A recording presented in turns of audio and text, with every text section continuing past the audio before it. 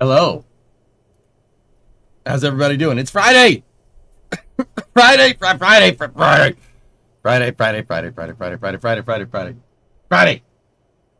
everybody doing? We got part 3. September 12th, 2025. We got part 3. Discovery, go at throttle up. Of building out an entire small sat launcher and launch complex. Made a little bit more progress on the launch vehicle yesterday. Learned a lot of new things about rockets. Pretty good. Hopefully we learn a little bit more today. Should be pretty good. How's everybody doing? How's everybody doing? Everybody doing good?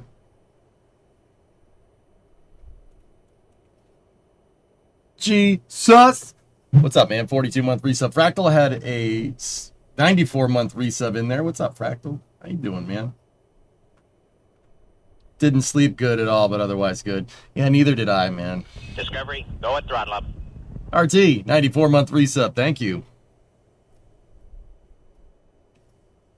Hoping for a better weekend and a better week. You know, I'll admit, I go on social media probably a little too much. It's to get space news. It really is, I swear. But social media did deliver me this gem today. So I think you guys might want to listen. September 12th, 1962. The exploration of space will go ahead, whether we join in it or not. And it is one of the great adventures of all time. And no nation which expects to be the leader of other nations can expect to stay behind in this race for space. Those who came before us made certain that this country rode the first waves of the Industrial Revolution, the first waves of modern invention, and the first wave of nuclear power. And this generation does not intend to founder in the backwash of the coming age of space. We mean to be a part of it. We mean to lead it. Yeah. It made me feel better. How about you? Link, please. Oh, do you want to link to the whole speech? Because that speech is righteous. That speech is amazing. It's really good. It'll get you fired up if you like spaceflight. We do not intend to flounder in the backwash of the coming age of space. Yeah, it's a very Boston thing to say. You watched that Ferrari thing that you linked yesterday? Yeah, I did. The F2004 was in pieces. Well, 63 years ago we didn't anyways. No. None of that. None of that doomering nonsense. No. This generation is the same. We do not intend to flounder in the backwash of this new era of space. They saved Tracer's SV1 like a month after a loss of contact. Tracer's tandem reconnection and cusp electrodynamics reconnaissance satellites. They got them? Hell yeah. They regain contact with SV1. All right. Hell yeah. Let's go, man. Let's go. Fella sounds like Maya Quimby. Man. Redbeard, yeah, totally agree. Going to get a new car. My family, boyfriend, friends can't get a new me. That's right, man. You're irreplaceable. Remember that. It's going to sound stupid coming from me. You know, I love cars. It's replaceable, man. You know, like, it's replaceable. You can make another car. Like, come on. Go. There we go. Like, dude, I'm putting in hours upon work into this. You know, it would be awful if it crashed. It would be terrible if I lost it somehow or somebody hit it or whatever, but I can build another one. It'll be better. It ain't no thing, dude. Don't worry about it, man. You get another car. How's your day? Mine's pretty poo-poo. All right. I think we should watch the whole speech. It's only 20 minutes. Only 20 minutes. I guarantee you, if you like space, you'll feel better. Okay? We'll fire up Kerbal after that, and we'll build ourselves some nice rockets. Here, listen to this.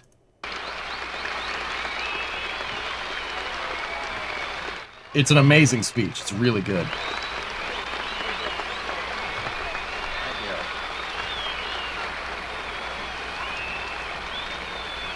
Sure, Snake. President Pitzer, Mr. Vice President, Governor, Congressman Thomas, Senator Wiley, and Congressman Miller, Ella? Mr. Webb, Mr. Bell, scientists, distinguished guests, ladies and gentlemen. I appreciate your president having made me an honorary visiting professor, and I will assure you that my first lecture will be very brief. I am delighted to be here, and I'm particularly delighted to be here on this occasion. We meet at a college noted for knowledge, in a city noted for progress, in a state noted for strength, and we stand in need of all three. For we meet in an hour of change and challenge, in a decade of hope and fear, in an age of both knowledge and ignorance. The greater our knowledge increases, the greater our ignorance unfolds. Despite the striking fact that most of the scientists that the world has ever known are alive and working today, despite the fact that this nation's own scientific manpower is doubling every 12 years in a rate of growth more than 3 times that of our population as a whole, despite that, the vast stretches of the unknown and the unanswered and the unfinished still far outstrip our collective comprehension.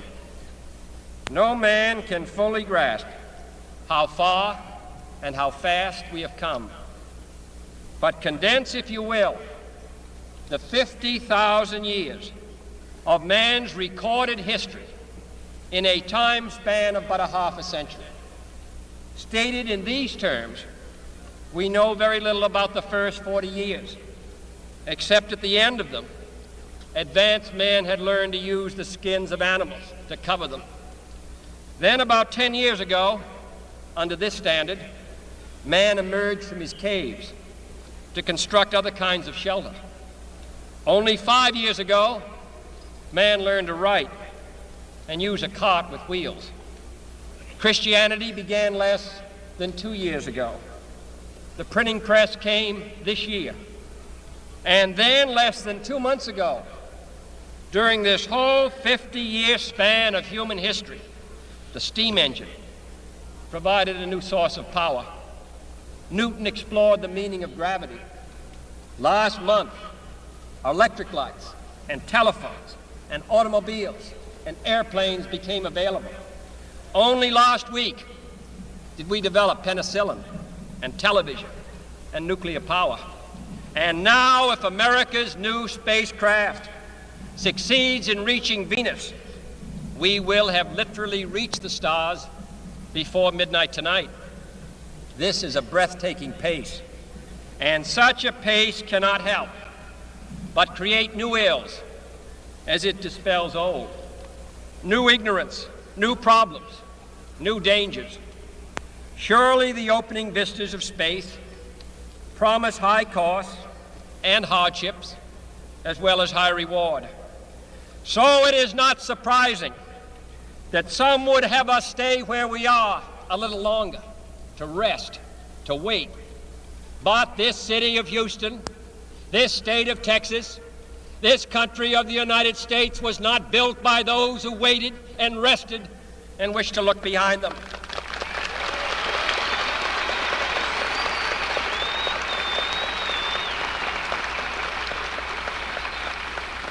This country was conquered by those who move forward, and so will space.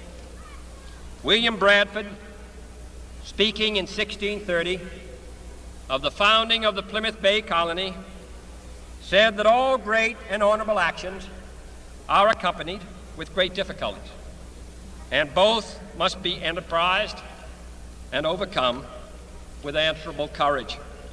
If this capsule history of our progress teaches us anything, It is that man in his quest for knowledge and progress is determined and cannot be deterred. The exploration of space will go ahead, whether we join in it or not. And it is one of the great adventures of all time. And no nation which expects to be the leader of other nations can expect to stay behind in this race for space. Those who came before us made certain that this country rode the first waves of the Industrial Revolution, the first waves of modern invention, and the first wave of nuclear power. And this generation does not intend to founder in the backwash of the coming age of space. We mean to be a part of it. We mean to lead it.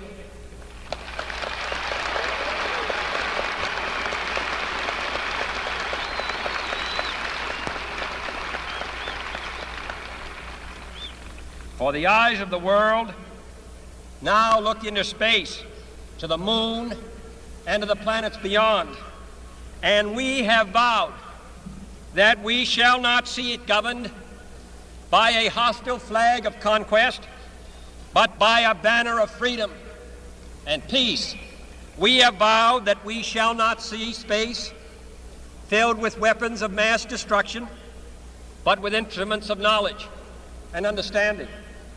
Yet the vows of this nation can only be fulfilled if we in this nation are first, and therefore we intend to be first.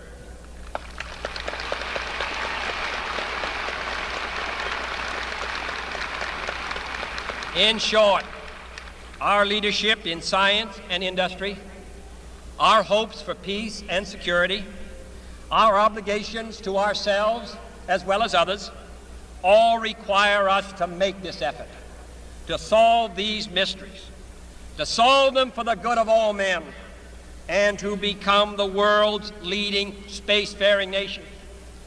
We set sail on this new sea because there is new knowledge to be gained and new rights to be won, and they must be won and used for the progress of all people.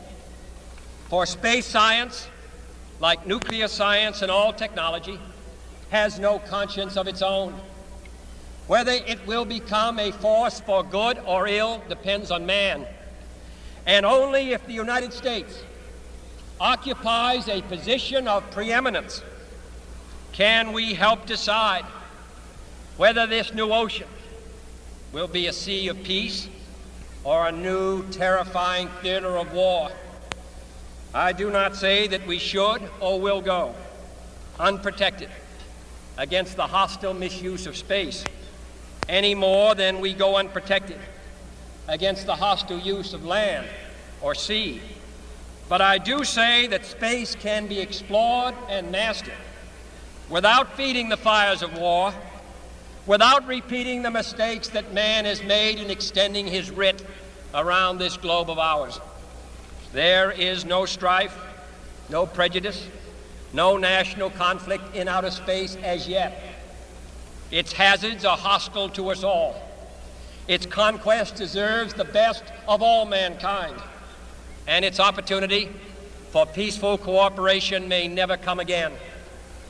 But why, some say, the moon? Why choose this as our goal? And they may well ask, why climb the highest mountain? Why, 35 years ago, fly the Atlantic? Why does Rice play Texas? We choose to go to the moon. We choose to go to the moon.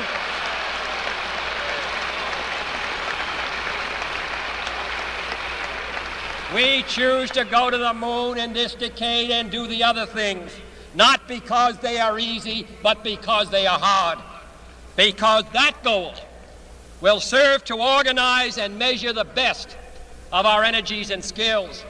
Because that challenge is one that we're willing to accept, one we are unwilling to postpone, and one we intend to win, and the others too.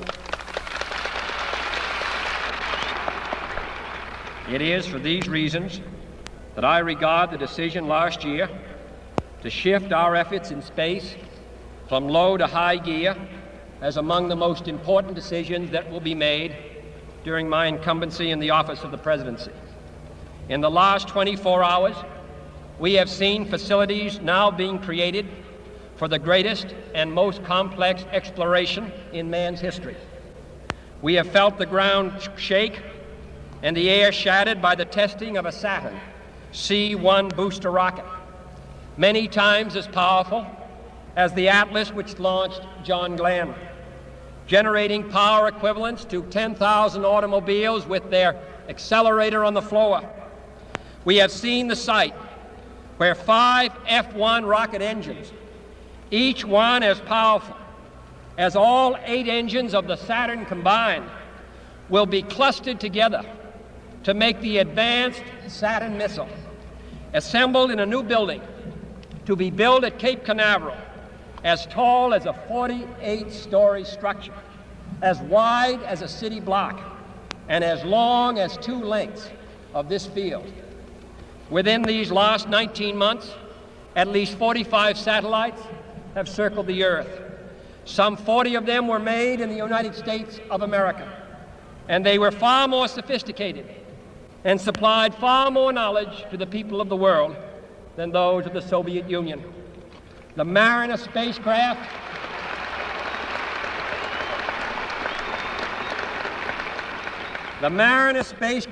now on its way to Venus is the most intricate instrument in the history of space science. The accuracy of that shot is comparable to firing a missile from Cape Canaveral and dropping it in this stadium between the 40-yard lines. Transit satellites are helping our ships at sea to steer a safer course. Tireless satellites have given us unprecedented warnings of hurricanes and storms, and will do the same for forest fires and icebergs. We have had our failures, but so have others, even if they do not admit them, and they may be less public. To be sure,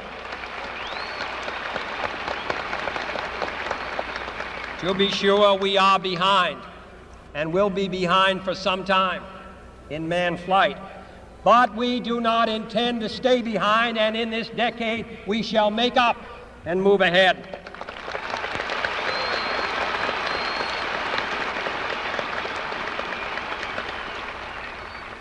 The growth of our science and education will be enriched by new knowledge of our universe and environment, by new techniques of learning and mapping and observation, by new tools and computers for industry, medicine, and the home as well as the school.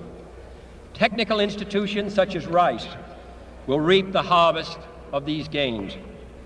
And finally, the space effort itself, while still in its infancy, has already created a great number of new companies and tens and thousands of new jobs. Space and related industries are generating new demands in investment and skilled personnel, and this city and this state and this region will share greatly in this growth. What was once the furthest outpost on the old frontier of the West will be the furthest outpost on the new frontier of science and space. Houston,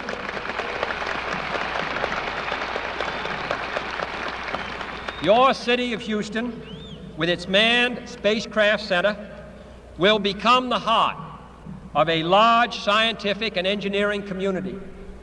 During the next 5 years, the National Aeronautic and Space Administration expects to double the number of scientists and engineers in this area, to increase its outlays for salaries and expenses to $60 million a year, to invest some $200 million in plant and laboratory facilities, and to direct or contract for new space efforts over $1 billion from this center in this city.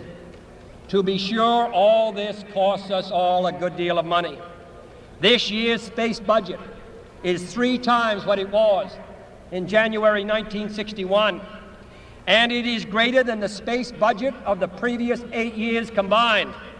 That budget now stands at $5.4 billion a year, a staggering sum, though somewhat less than we pay for cigarettes and cigars every year. Space expenditures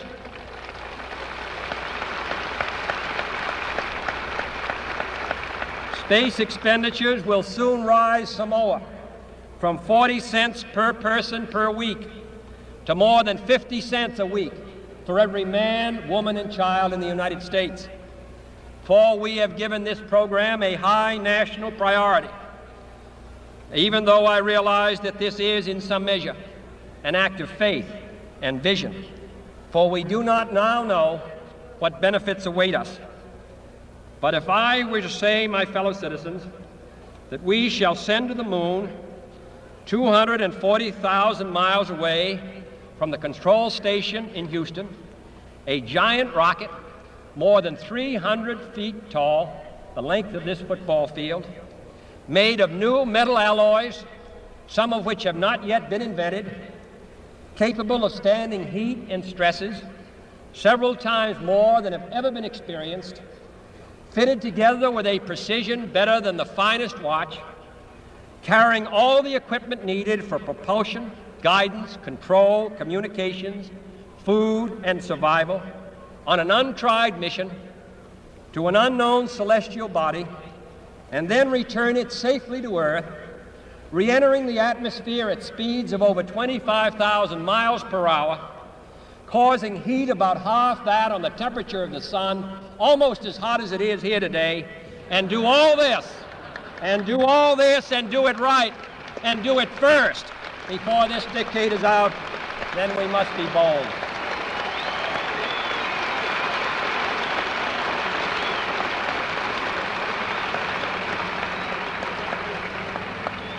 I'm the one who's doing all the work, so we just want you to stay cool for a minute. However, I think we're going to do it. And I think that we must pay what needs to be paid. I don't think we ought to waste any money, but I think we ought to do the job. And this will be done in the decade of the 60s. It may be done while some of you are still here at school at this college and university. It will be done during the terms of office of some of the people who sit here on this platform. But it will be done. And it will be done before the end of this decade. And I am delighted that this university is playing a part in putting a man on the moon as part of a great national effort of the United States of America.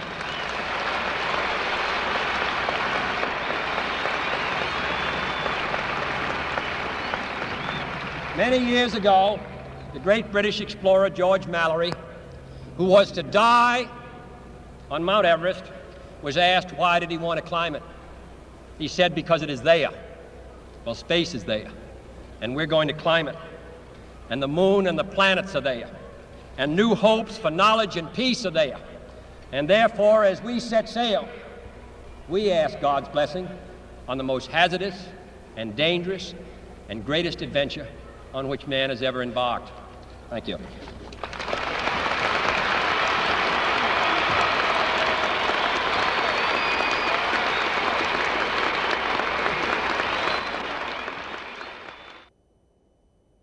Good. Pretty good, man. Pretty good. There's a lot of that in there that's relevant again. Just saying. Just saying.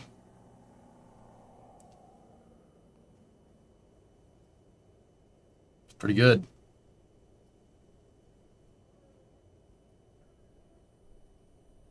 Is that the guy who fought the zombies in the basement of the Pentagon with Castro, Nixon, and McNamara? Yeah. No. No, I don't think so. Gotta be bold. Gotta be bold for spaceflight. And I'll tell you, fellas,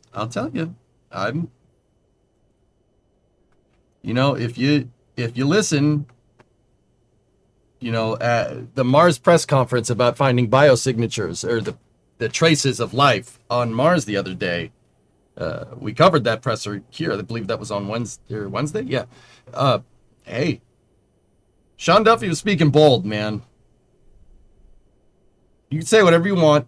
Say, oh, he's an interim administrator. Means that was pretty bold. He said we're gonna get back to the moon before the Chinese do. Okay.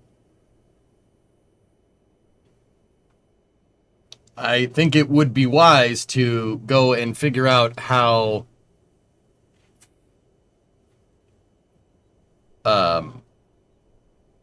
how they got the money for the Apollo program, you might want to go do a little bit of research there, because we're gonna need that. Thank you for the good mental support. It was needed. Yeah, I thought people needed to hear that. It's such a good speech, dude. Oh, this is space. I'm in space. It's me. Gifted 5. Thanks, man. Don't give me credit for my my fellow countrymen's efforts in speech, but yeah. Thought it needed to be said, dudes. It's a good speech. Should get you fired up.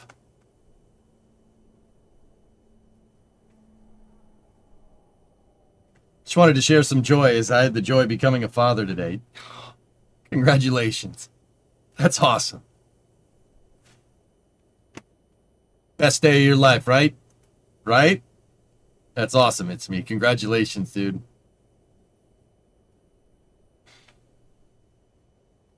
Feeling better today? I'm all right. I'm okay.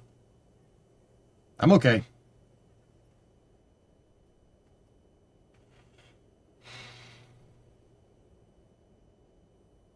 I'm okay. Thanks, really is exhausting as heck, but that little man is making it worth it. That's awesome, dude. Congratulations. Good things. Good things. Let's go. Oh, I'm sorry, Grab. That's awful, but yeah, it's that's great. It's me. Good for you, man. Good for you. All right, let's play some Kerbal, huh? Let's go. Let's go. Ah. It is the anniversary of that speech. President Kennedy gave it on September 12th. So, it's interesting, because that's I feel like that speech is relevant in more ways than just being the anniversary somehow.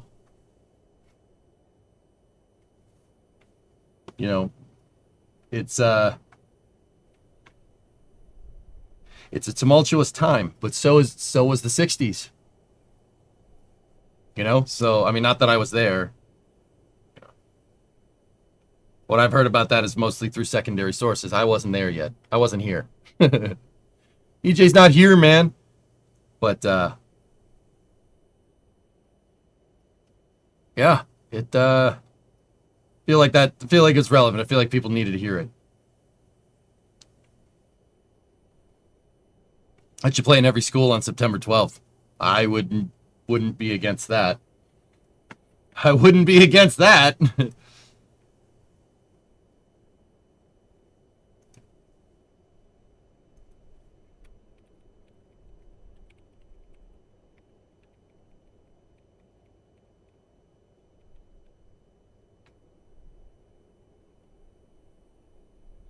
Today is 1 year since the Polaris Dawn spacewalk. Yep.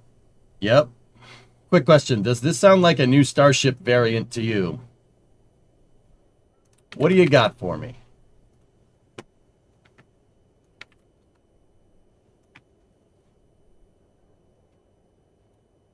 So this is jobs posting from SpaceX. Manager, Starship Supply Chain Engineering, Gasifier and Crew Starship.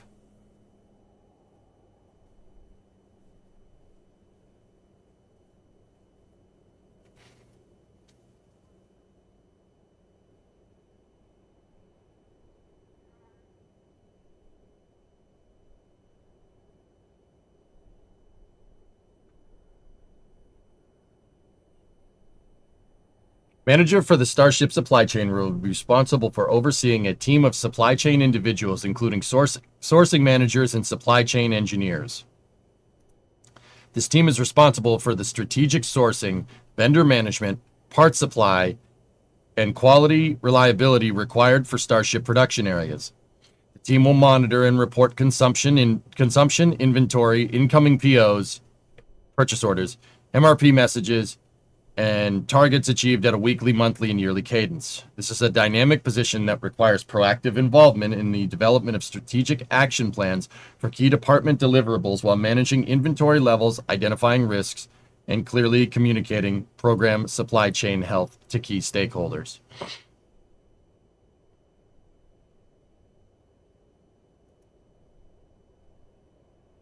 Gasifier.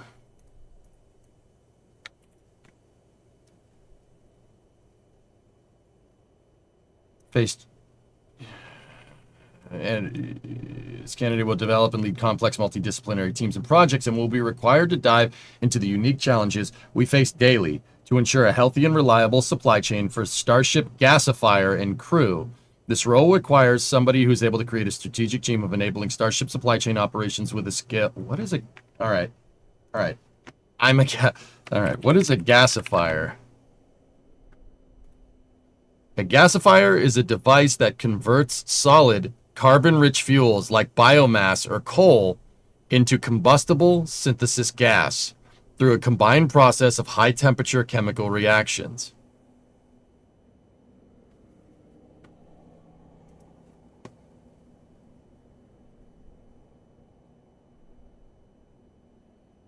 Is that not what we were talking about yesterday? Is that not what we were talking about yesterday? That's what we were talking about yesterday. I had this theory yesterday that, you land a starship on Mars, right? Your fuel and oxidizer tanks are filled with gaseous methane and gaseous oxygen because of the ullage propellants on Starship are autogenously pressurized. So you have a bunch of gaseous methane in the tank and a bunch of gaseous oxygen in the tank. If you hooked up basically a propane generator or a gasifier to that, you can generate insane amounts of power. Well, not really a gasifier. A gasifier is not really going to do that. Now, is it? But if you hooked up a turbine to it and had the turbine run off gaseous oxygen and gaseous methane, you can scavenge your ullage propellants, which is not an inconsequential amount of energy, right? And use it to charge batteries in the interim. Then you can use that same gasifier in ISRU processes to basically scavenge Martian atmosphere. And you could basically keep that gas generator running indefinitely, as long as you have power.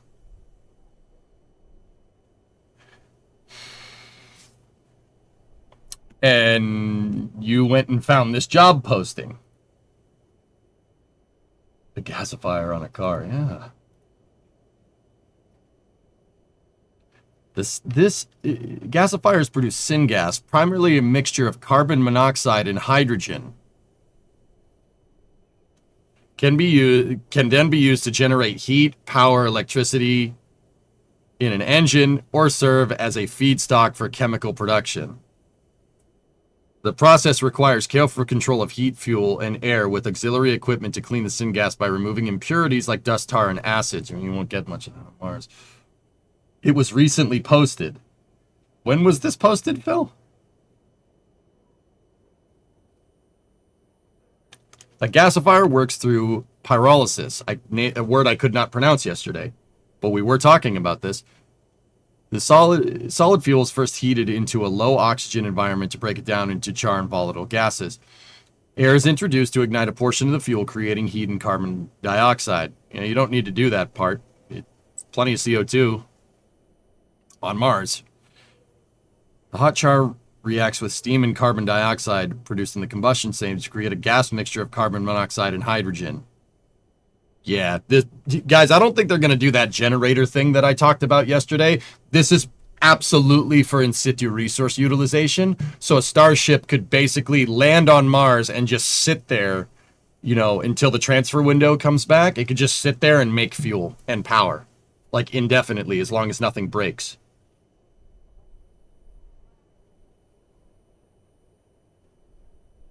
Yeah, that's it. That job posting is for basically applicable to what's something in spaceflight called in situ resource utilization, or ISRU for short. It's basically using the planet for resources. Yeah, like if you land something, instead of bringing down all your fuel with you, you make the fuel on the surface. Fuel refinery starship. Basically, yeah. I mean, yeah, fractal, like, the more I think about this, right? Like, okay, oh God, there's my face everywhere. Okay,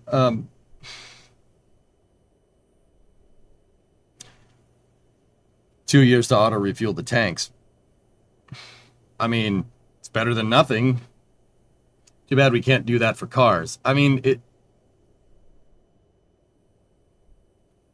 if you have an electric car and solar panels on your house, you can absolutely do that.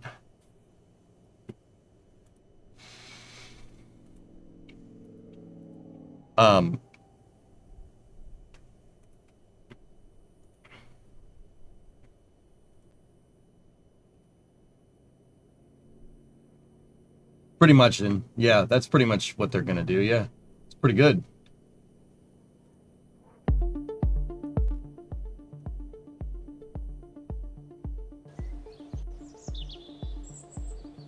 All right.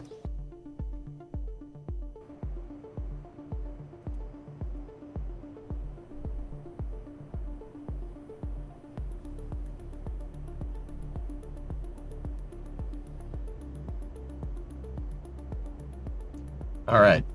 We got to finish fleshing out the design for a 1-ton rocket.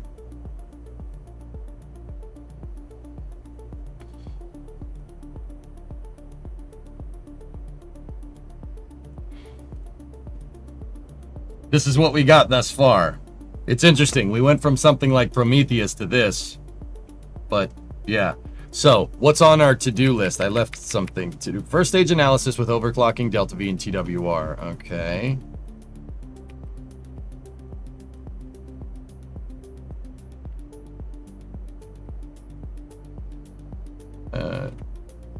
We also have to test stage separation bearing. Okay, cool. So, this is what I was thinking we could do with this rocket.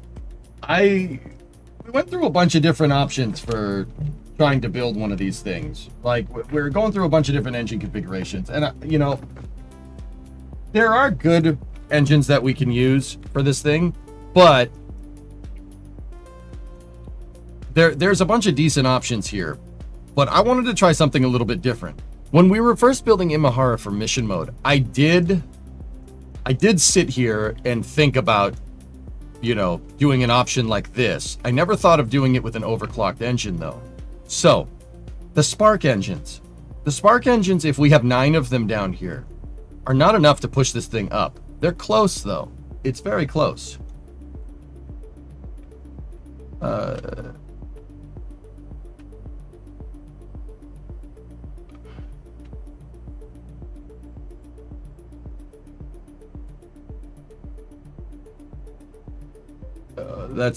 I'm not sure, but Bio, that's cool. Yeah, Don's doing things. That's pretty sweet. Yeah, it kind of did end up looking like Electron, interestingly enough, but it's fine. So, with these rockets here, with this thing,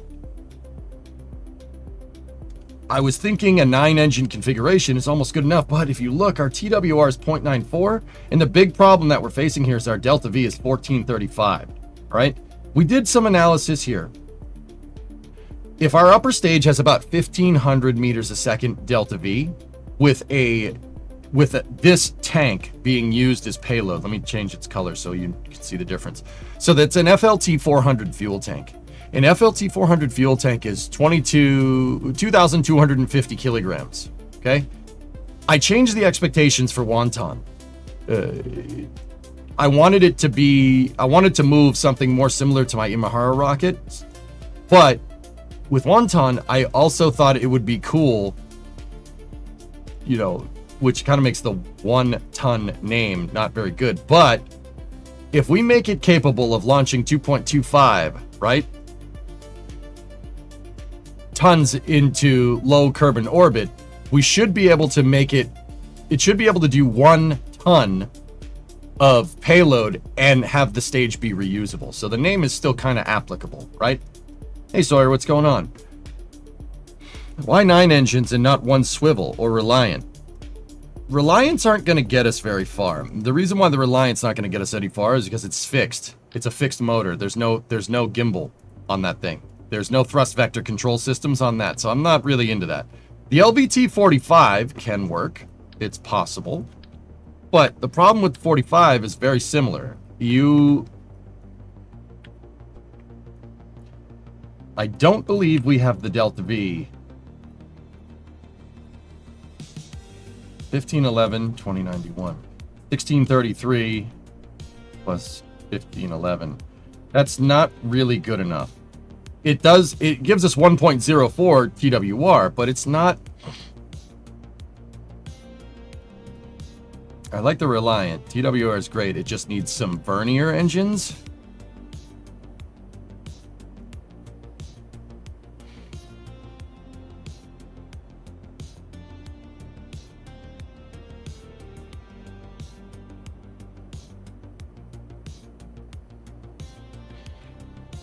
I've done the Reliant before, guys. I'll be honest. We did it with Imahara. I'm not like completely fond of this, you know? Like,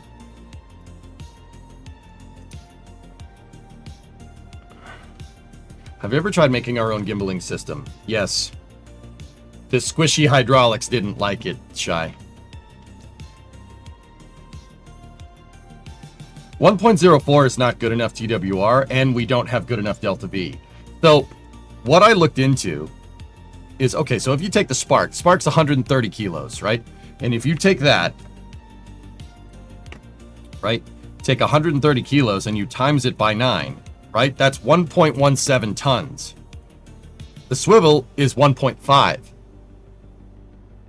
So 9 engines is actually lighter. That will increase our Delta V, right? But the problem here with 9 of these things is our TWR isn't good enough.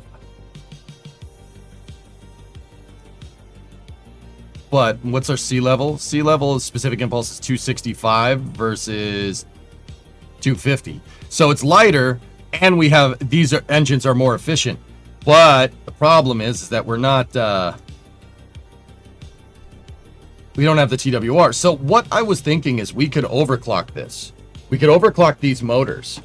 But overclocking engines, it's a way, basically, with the Cal controller, it's a way to take these motors and make them produce more thrust. Is the Delta V good on that first stage? I don't know yet. That's what I'm getting at. We're going to have to figure out if the thrust limiter is set to 116 on the 116.9, say 117, what portion, how much thrust do these things put out at sea level? Right? We need to find the relationship between vacuum thrust and sea level thrust here, and go from there. And then we need to figure out how much 116% of what the adjusted sea level thrust is for this vehicle. What we can also do is get our Delta V from this. We could get Delta V here. That 1435 is actually Delta V. The 1435 should be about right, if I'm thinking about this correctly, because we're not adjusting our specific impulse. 265 versus 250.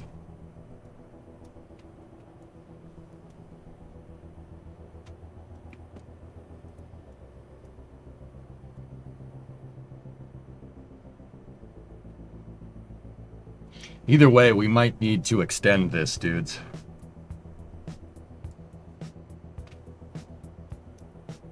Why do you consider engine overclocking cheating? I don't really consider it cheating, Kai. It's not cheating.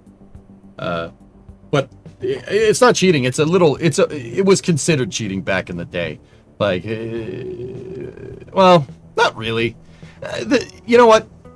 I don't really care what people think. I don't mind overclocking engines as long as I do it within reason. I'm not going to make a Spark produce as much as a mainsail. That's ridiculous. That's completely physics defying. But stretching a rocket engine's design is something that gets done with rockets all the time.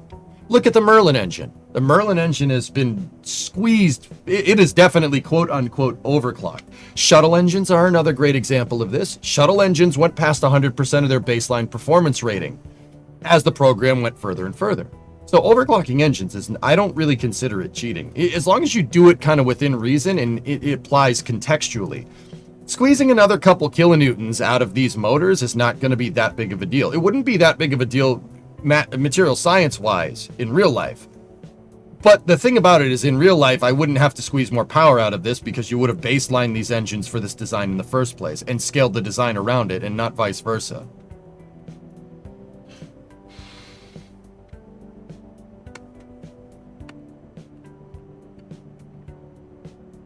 What is the TWR with a normal payload? Well, we got to figure out how much thrust we made these engines produce. You know what would be a quick and easy way to do this? Hold on. A quick and easy way to do this would be to just put the first stage out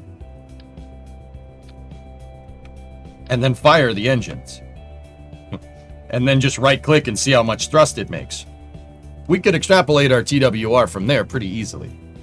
So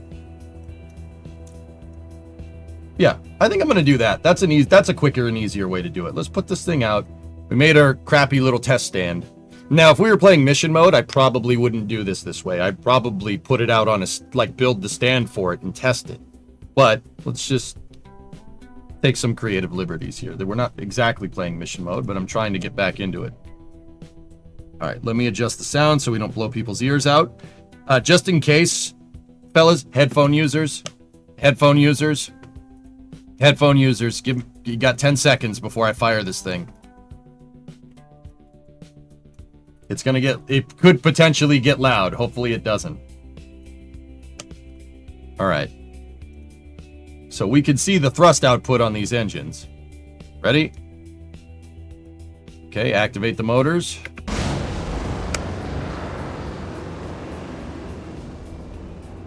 Okay, with a 117% overclock, they produce about 19.4 kilonewtons of thrust.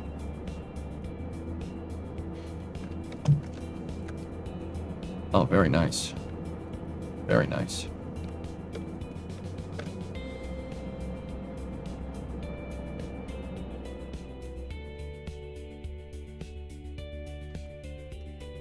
That wasn't loud. Yeah, it's better to say it's going to get loud and then have it not be loud than say it's going to be fine and have it be loud, though. So, you know, trade-offs. I'm happy I didn't blow your eardrums out.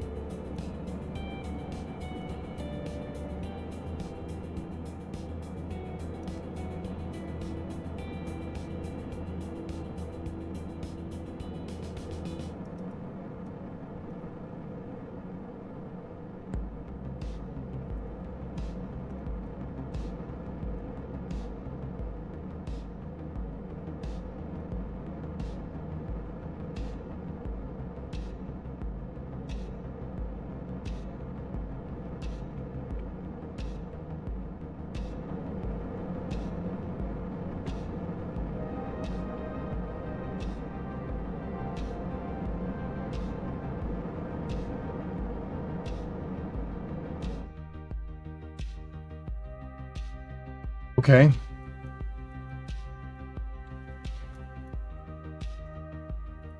I took the engines off, so it unwrote the cal controller.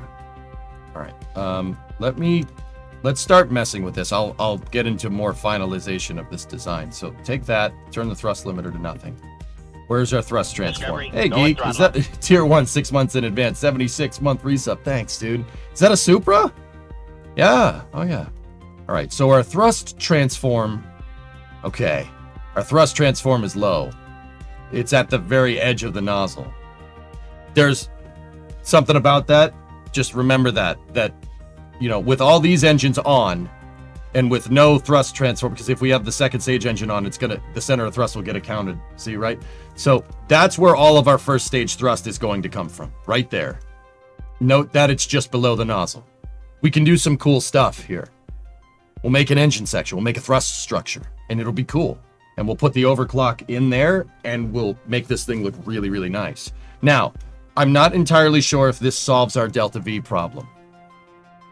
These engines make more thrust, and that's going to get us up there faster, but delta V is still delta V. I think we're going to have to lengthen our first stage, especially if we want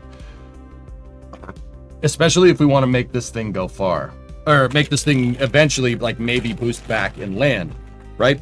We need about, from our delta V maps, we figured out that we need about 3,400 meters a second to get something up into space, right? Now, we want to get our first stage back.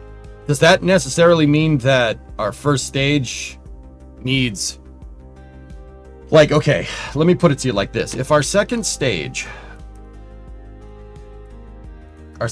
makes about 1,500 meters a second delta V, right? So if you do some quick math, you do 3,400, right? Clear this.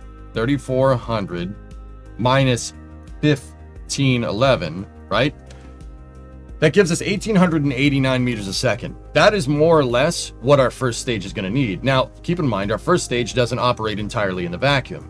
So it's better to take into account operation at sea level, because then you have some margins here. At sea level operation, with the 9 sparks with a slight overclock, right? Piertos! Thank you for the raid.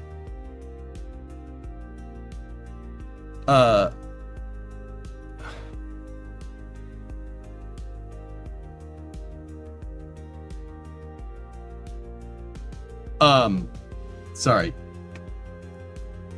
I was just reading chats. It's better to conduct your first stage delta V readouts at sea level operation, because then you take into account some margins. But you can see we're about 400 meters a second short here. If we set it to vacuum, we're close, but that's not where we want to get. But even then, that's just enough to get the thing out there. If we want to figure that our first stage is coming back and landing, we're going to want more delta V in the first stage. Because not only does the first stage need to get the thing up there, it needs to have the fuel left over to be able to turn around, boost back, right? And land. And that's probably going to require overclocking these engines more. And the reason why it's going to do that is because, well, we're going to need to do this. This rocket's going to end up looking like Scout. Like a Scout rocket in real life. So we're going to need to extend it. Hey, Piertos, what's going on? Hammernails, EJ, do you have any building tutorials out there for vanilla KSP? I haven't played KSP in a really long time.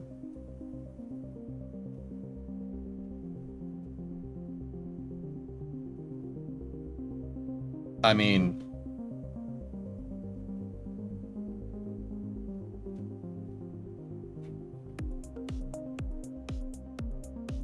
you know, that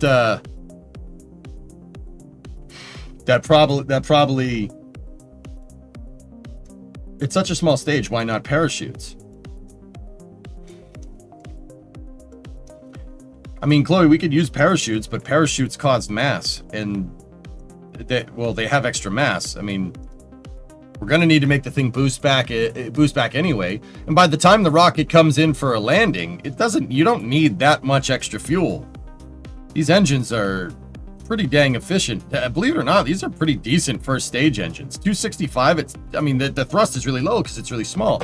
But 265 seconds atmospheric is pretty good. That's better than an LVT-45. It's more efficient.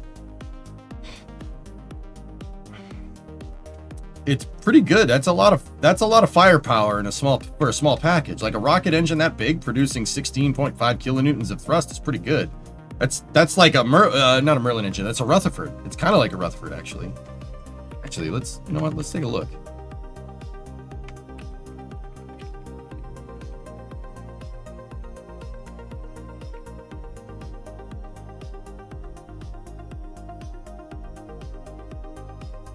Yeah, that's on par with one. At least scaled for KSP. The Rutherford's more powerful in real life. That's actually pretty good, man.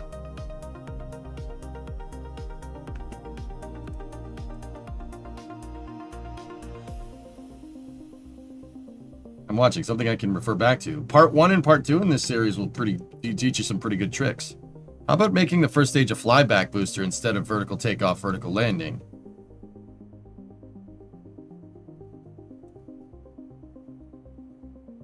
A flyback booster? I mean, I've done that in the past, guys, but a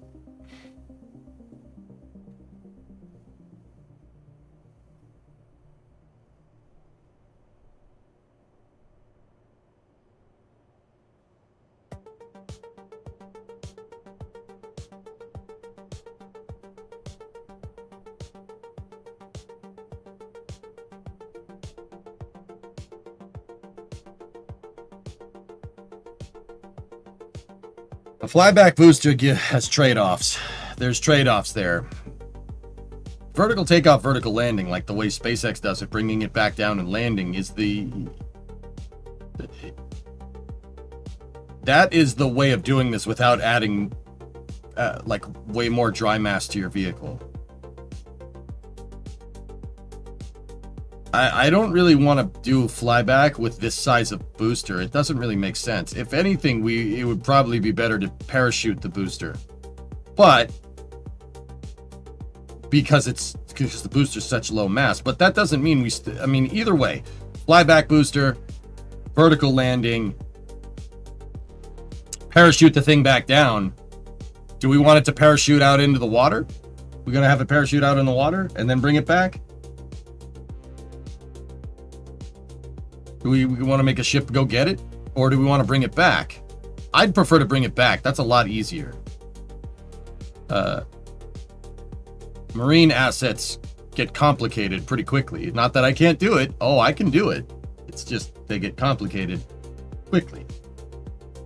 Catch it with a helicopter. No. I don't think that's even, like, possible. Okay, let me rephrase that. That's doable. It's not doable on any practical scale for a high flight cadence, even in KSP.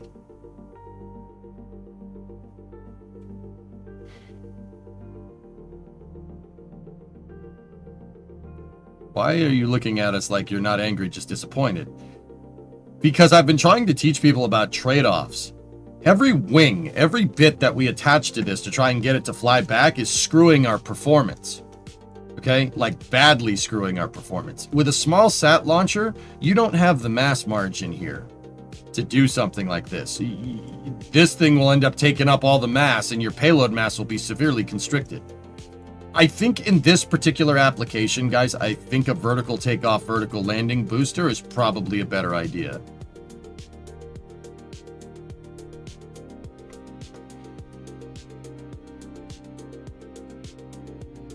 Are you set on not being expendable?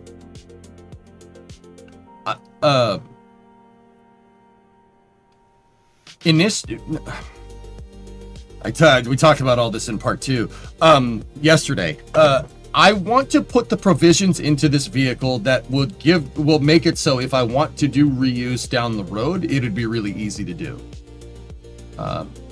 So, for instance, I put a probe core in avionics.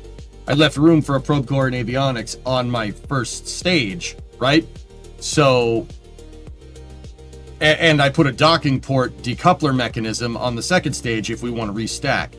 I did this so this does cost a little bit more cash initially, right?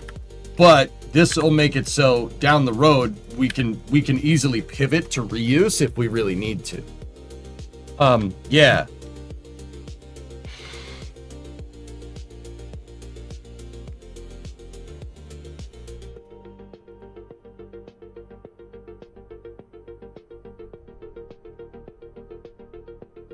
Why no engine plate for the first stage? Because people started asking me questions before I could design it, Milo. We got a moo from McGregor.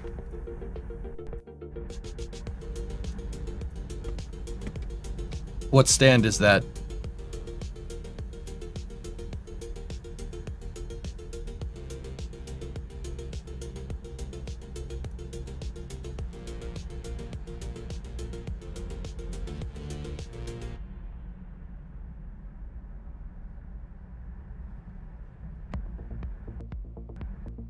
Man, that stand's going ham, dude. Look at that thing. That maybe...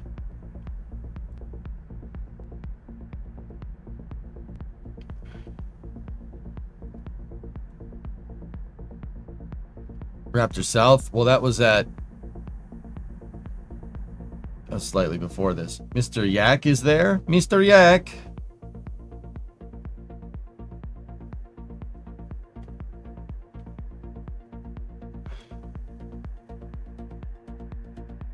Can we get a full flow stage combustion engine for KSA? Yeah. Here, let's see if I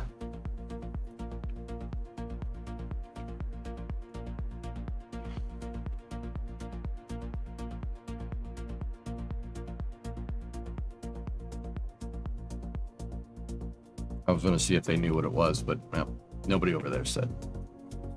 Bring that back up there.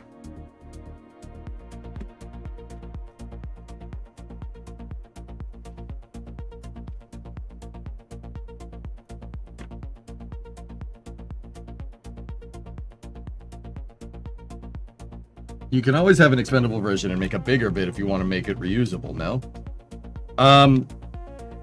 Yeah, Ivan, I can, but I'd prefer to design that the tank engine now. So give it the Delta V to be able to be reused, but don't utilize that right away.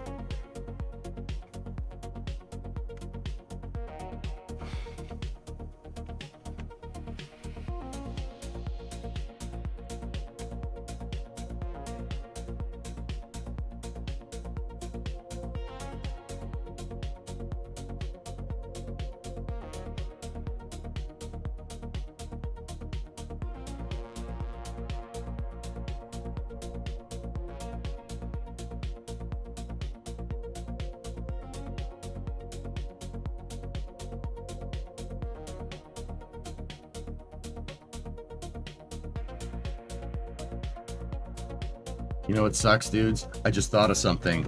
The second stage, if the collider's in the way, right? Collider's in the way on the second stage, there's no way we're going to be able to reintegrate this. The collider from that motor will get caught on the fairing. I just thought about that. Balls. Might need to think about a different second stage engine, which sucks because the Terrier is a really good motor.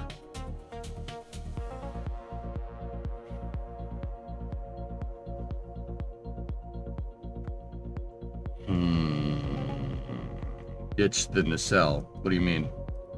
I can't. It's part of the collider, even if I use the variant. See, it's highlighting the motor, even though I don't have my mouse on the motor. It's because that for some reason the person that made this part made that thing part of its collision box. So even if I choose the variant that doesn't have that, that's what we're dealing with.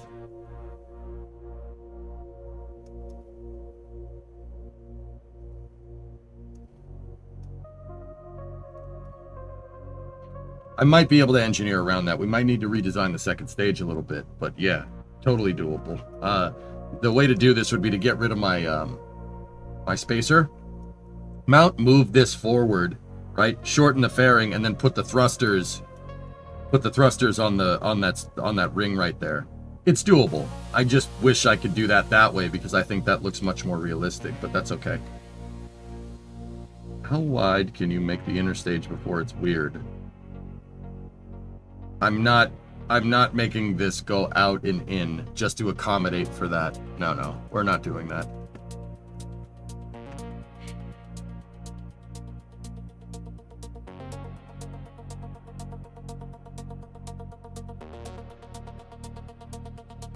Multiple sparks.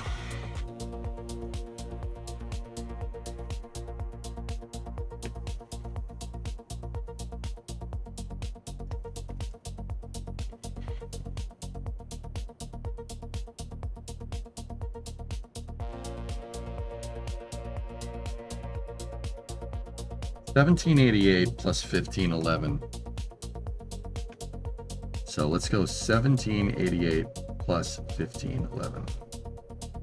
$32.99. Not enough. We need more Delta V.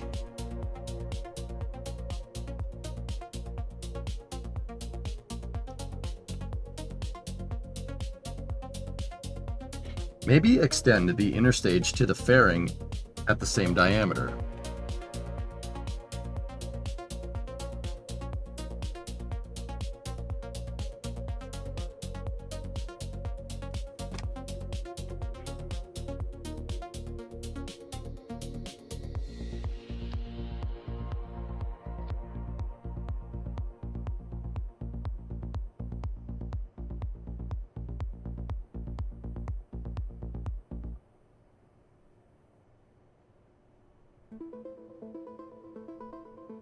Why did you add first stage sea level and first stage vacuum?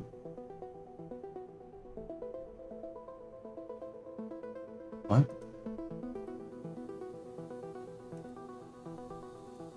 I didn't. I added first stage sea level, second stage vacuum.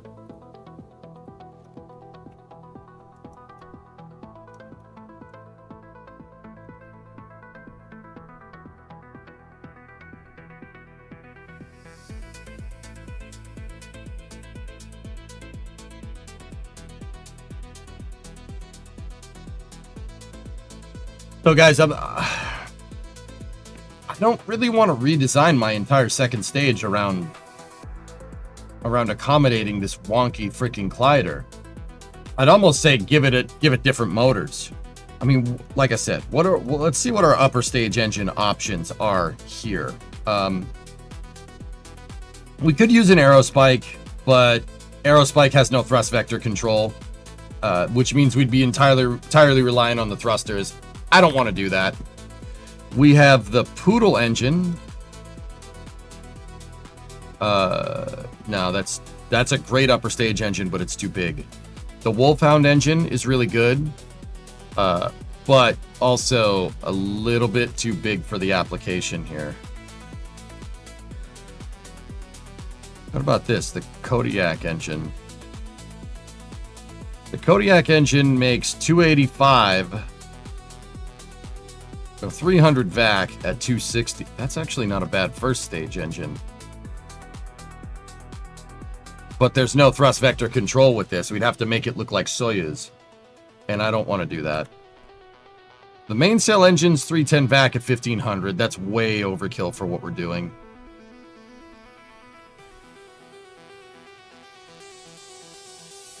Yeah, there's no thrust vector control in a Kodiak. Exactly. We'd have to have verniers with it. We'd have to have the Cubs with it, and I don't want to do that.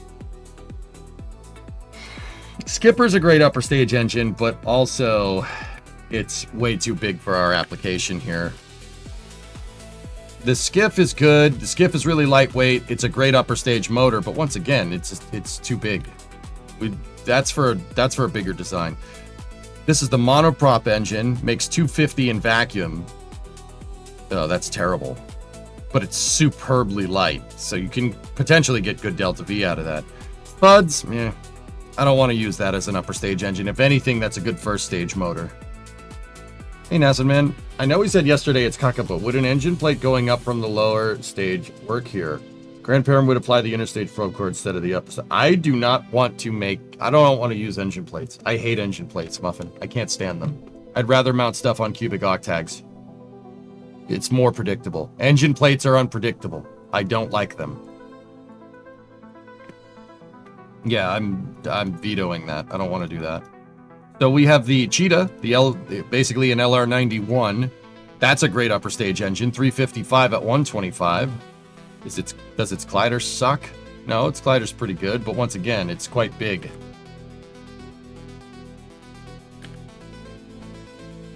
There's the Bobcat.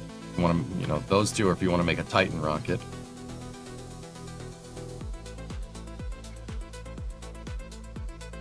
Two lasts to go, boss. Short second stage with a wider tank. The adapter displays out aerodynamic surfaces are out of the context prepared to catch. You want me to catch a booster? Have you played Spaceflight Simulator? No, I have not. I thought we were limiting this to early parts. It wasn't necessarily a requirement, but I don't want to go crazy with this thing. No, my solution of moving the motor forward and moving the thrusters more towards the nozzle, that will work, guys. I'm gonna do that, okay? How about a tri-spark setup for the second stage? Dual sparks. I mean, dual sparks will work, dude. That'll work. If we want to take that off, right? And just... I mean...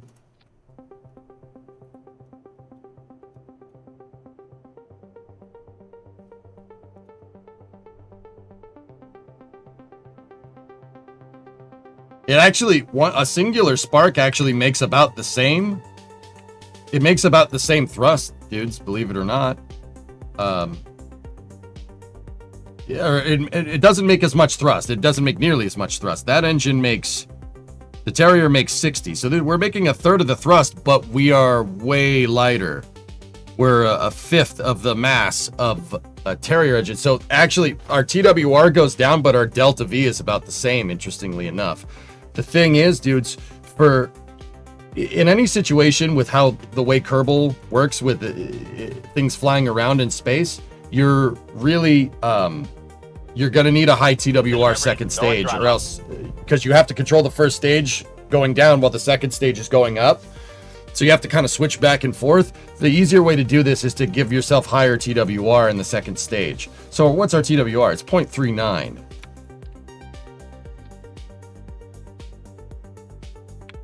You know, if we went with a twin engine,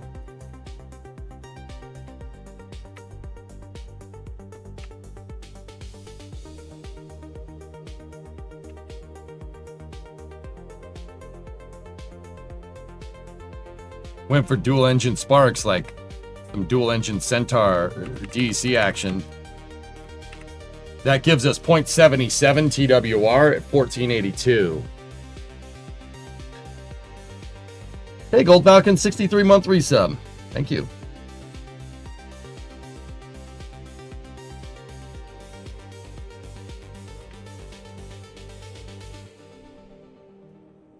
It's not that much of a delta V hit. But the TWR is what we're going to need, guys. That's our problem. That's what we need. We could also shorten our inner stage a little bit there if we're doing that. I kind of like this. This is fine with me. Yeah, I'm okay with that.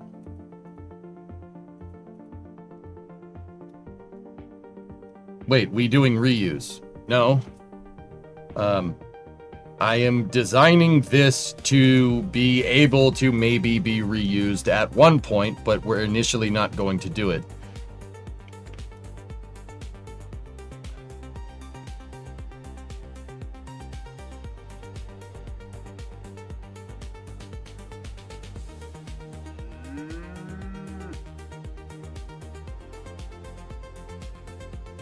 Hey, fellas, look.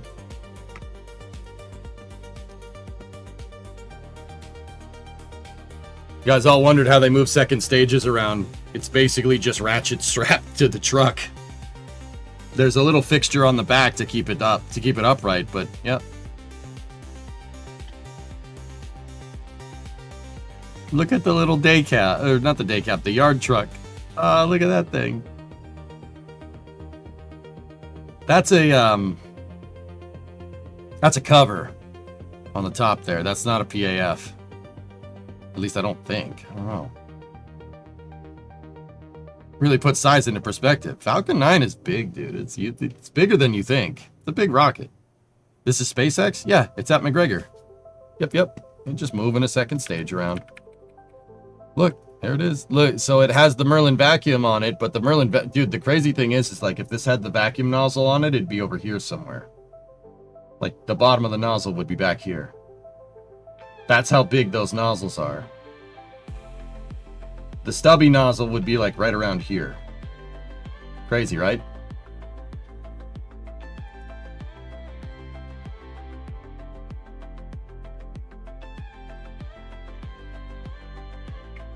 How fragile are those nozzles?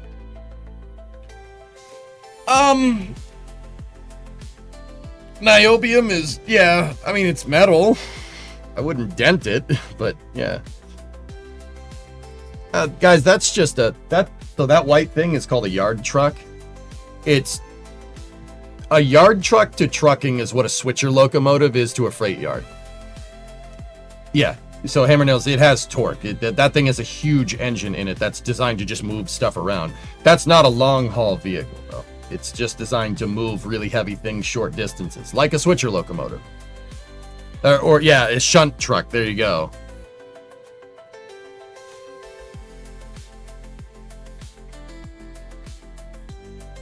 Yeah, man. Oh, hey! Who's controlling these damn cameras? Actually, I know who's controlling the cameras, but I won't say nothing.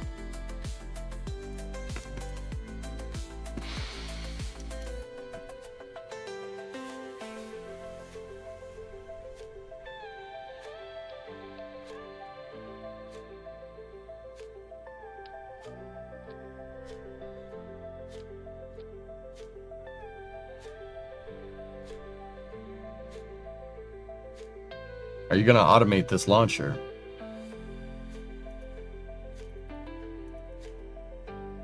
That would be a pretty cool thing to do.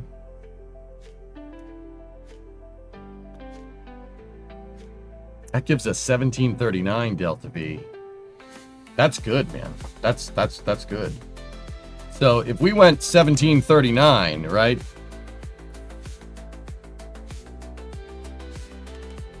Yeah, okay. So we'd need 3,400 minus 1739.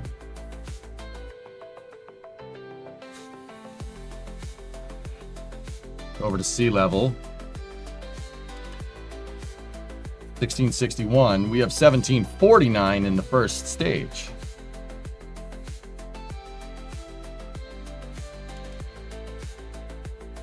Nice looking hat. Thank you.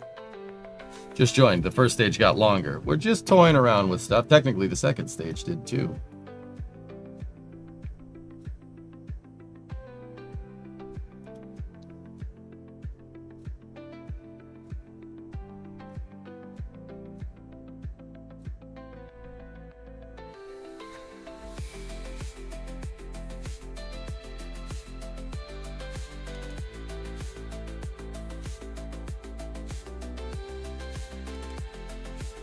Kevin, Jen, Michael, Vincent, Reed.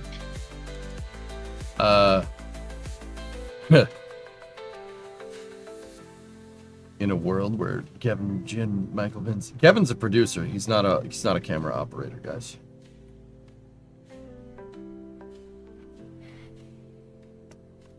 Do you have orange fairings now? Does that mean you can make Collins have the orange GT? Orange fairing? Nah, the orange fairings are more that color with orange stripes. Or else, yeah, I mean, we could... I'm sure there's an orange fairing texture around.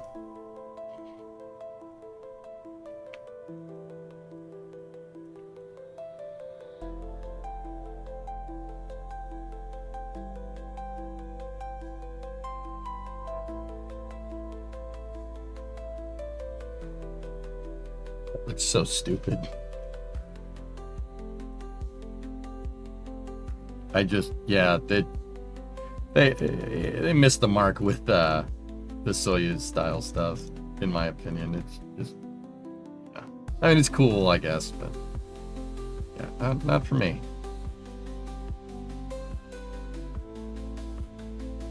Thanks. I hate it.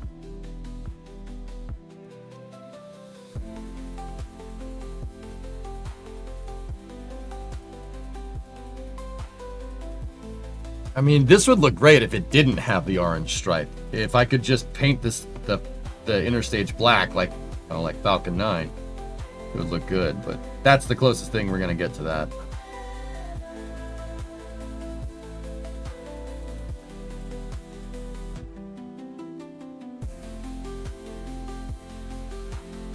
That's fine with me.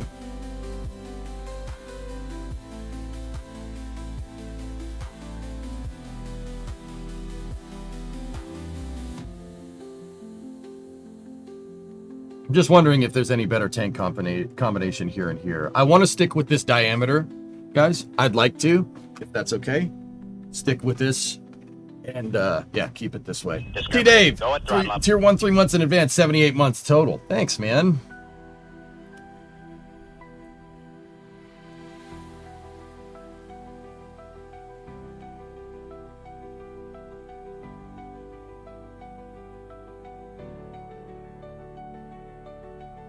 Yeah, that's adequate numbers for a second stage with the sparks.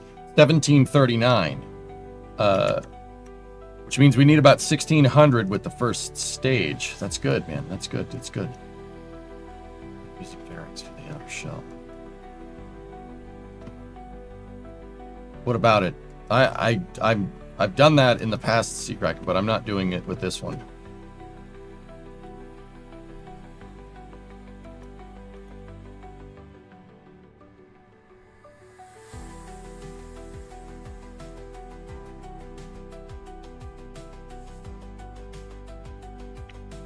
All right. What I'm really looking for, guys, is just adequate numbers here. These aren't bad. How much thrust did these things make total? Archie, you said 174 kilonewtons for all 9.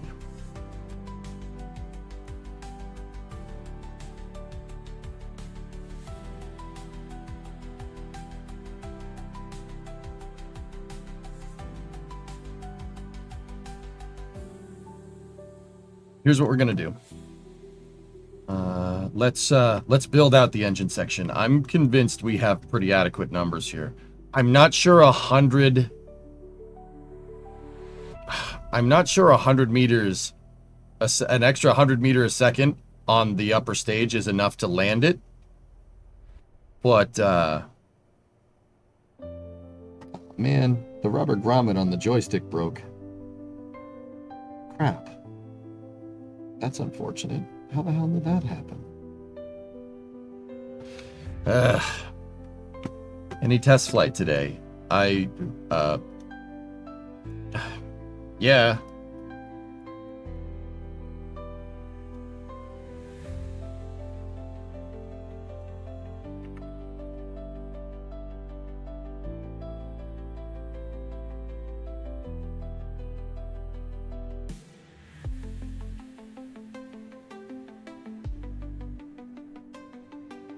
All right, let's refactor all this. I'm gonna rebuild it.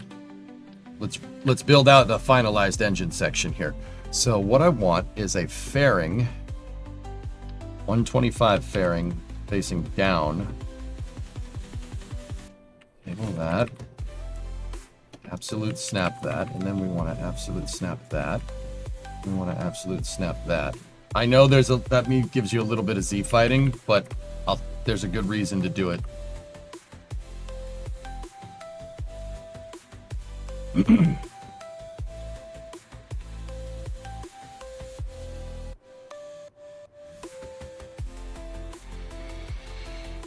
Okay. The reason why I want my stages overlapping, guys, is because I want stringers. Stringers in between everything. So if you look, my fairing's kind of clipping in a little bit. So we can do kind of an internal stringer mechanism here if we go in 3 times symmetry from the fairing, right? And we go backwards here. It's going through that first tank, right? Goes through it. And attaches to the second tank in line. Basically a grandparent strut, but it's triangulated, which is very important. Now what we can do is go from we're leapfrogging. We can go from the first tank to the third tank here with the same struts.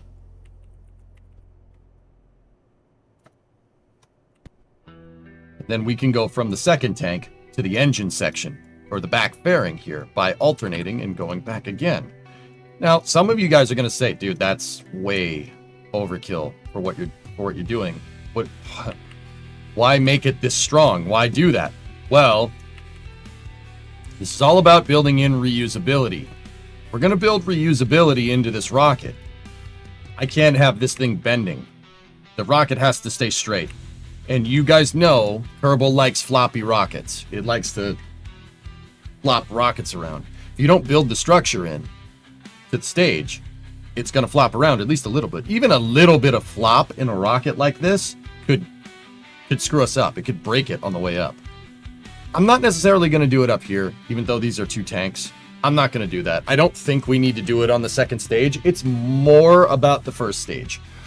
The reason why first stage is the longest, biggest component of this, right? This rock is ending up being a little bit bigger.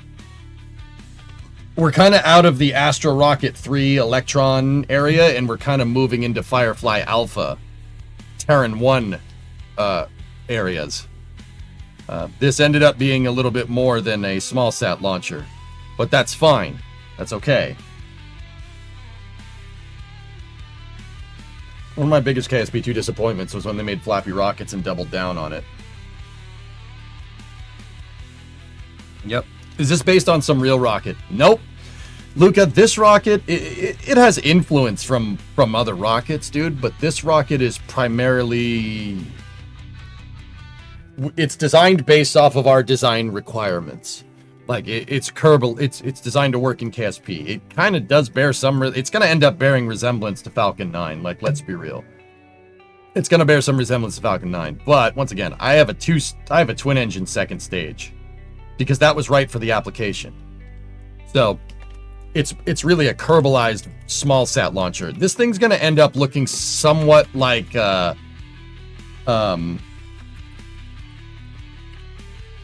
it's gonna look like Firefly.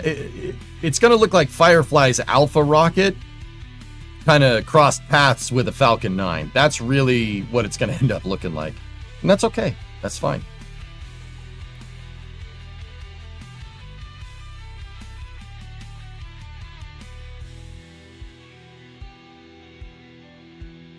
Alpha 9, yeah.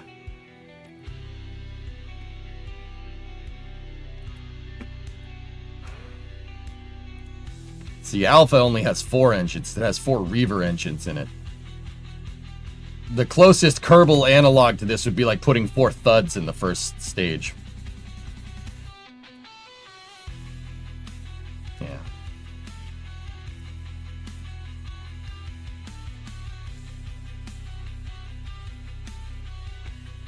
Can you try making flag nozzle extensions for those upper stage engines? It would look cool.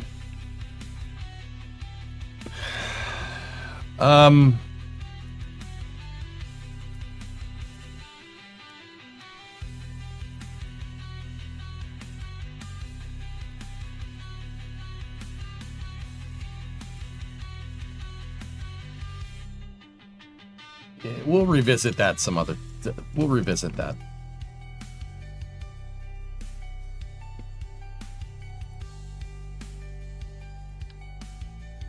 Oh, Muffin, they do make a little babby engine plate.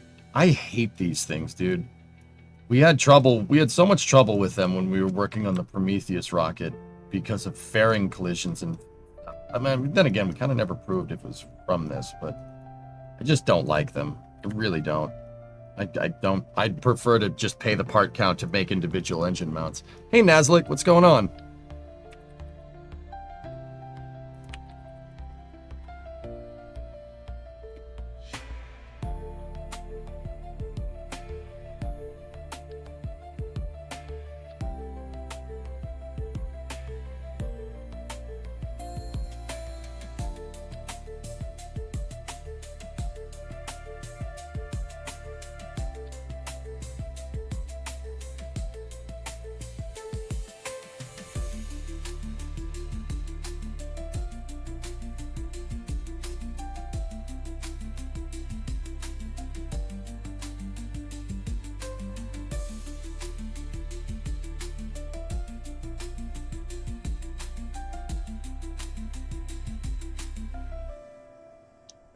All right, I think I know how I want this. All right, so our center engine is there. I'm gonna move this a tick back. Right, these are our proverbial engine mounts. And now people are gonna say, oh my god, that's so many extra parts for that. So, my computer's a monster, don't worry about it. The 9 physics-less cubic octets are not going to be the difference between getting full frame rates and not, guys. So don't worry about that. Now, what I'm going to do here is I'm going to attach the engines individually.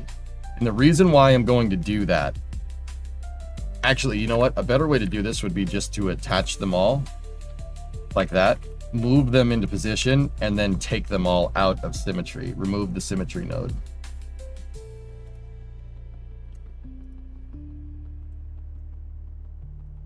I want 9 individual engines. The reason why is, once again, that comes down to, so we have individual motors here.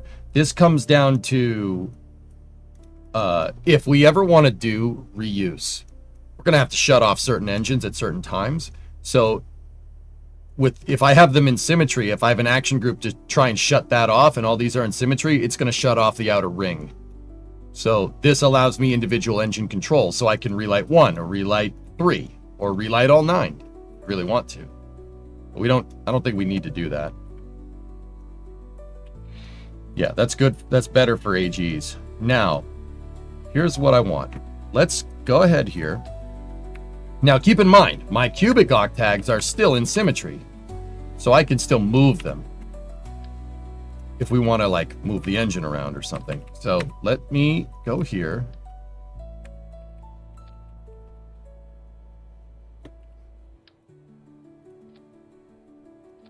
Now, I'm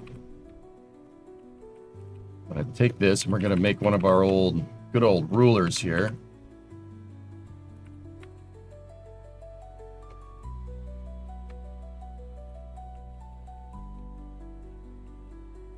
And I want my fairing to pretty much end right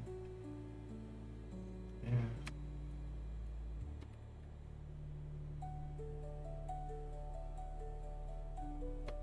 Right there. And then let me get one more ruler.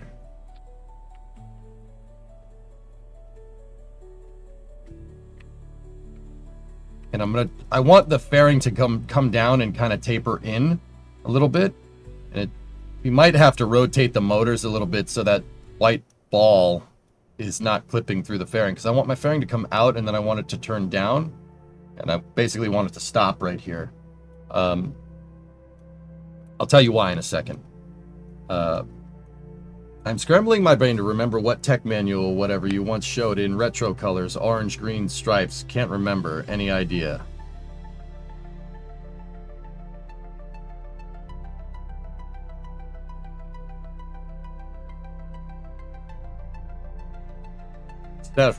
Sash, I spit out my cough drop. I remember you. What's up, man? It's been a while. I don't remember, dude, off the top of my head. Can you be more specific? Showed in what's retro colors? What does that mean? What about an LVT 45 as the center engine surrounded by sparks? I don't like mixing motors. It gets harder to calculate delta V that way. Could be the Haynes manual, yeah, I don't know. Hey, you're supposed to attach a payload there. Hey, don't tell me what to do. I'm not gonna take that crap. That's just the Kraken, man. It's just a Kraken trying to keep you down.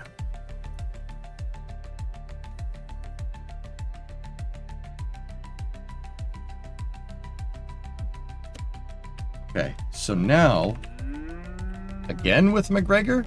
Oh, they're moving that stage. So if we move our engines out of the way, we have a spot, build the fairing.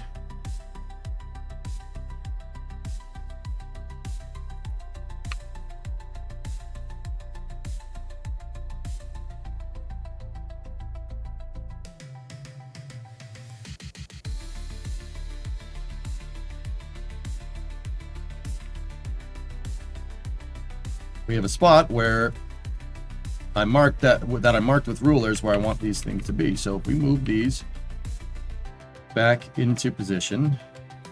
All right, what's up with Gregor Live? You're having an absolute blast out here. You don't. That does?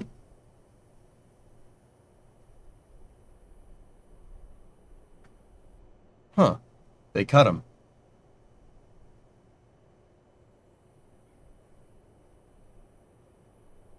I guess he's talking to McGregor Live. Interesting. Okay. Whatever. I heard DOS for a second. I'm like, what? Hello?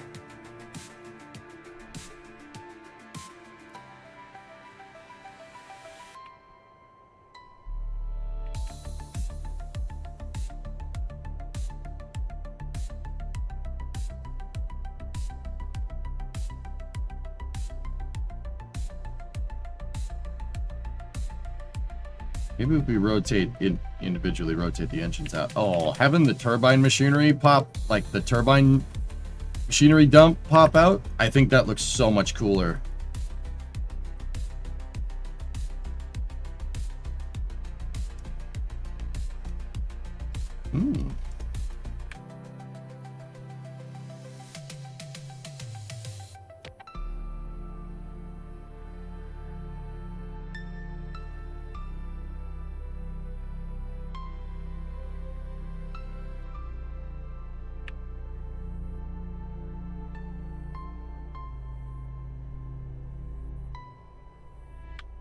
I mean, Falcon 9 has its gas generator dumps inward. It dumps them inward, not outward.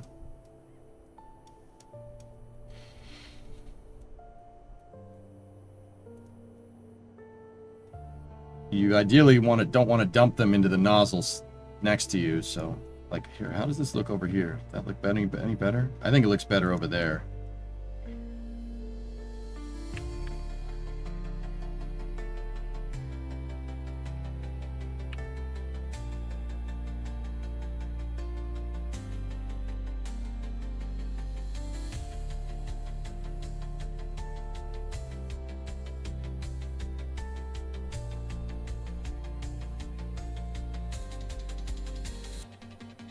Yeah, that looks pretty sick.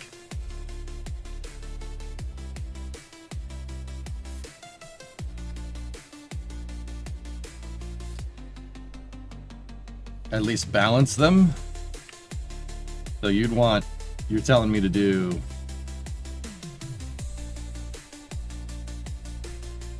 What if I told you Falcon 9's gas generators do that? They're offset like this. But you don't see it because the gas generator exhaust is just a hole cut in the floor.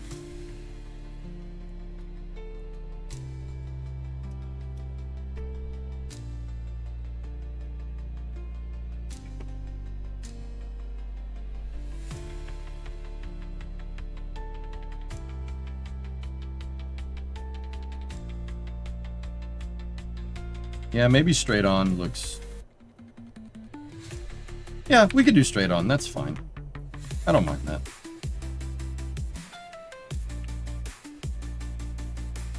It doesn't really matter. This is purely an aesthetic thing, dudes.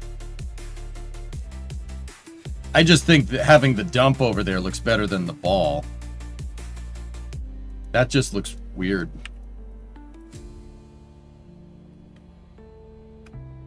I think it's a male rocket. Well, how can you tell? Only little balls.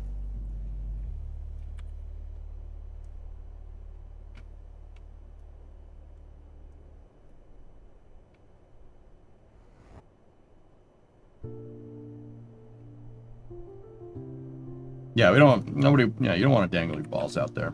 That's bad. Yeah, nobody wants that.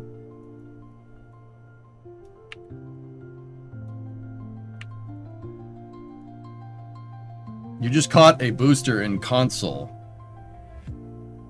You have my respect. I hate the console version of KSP. It's awful.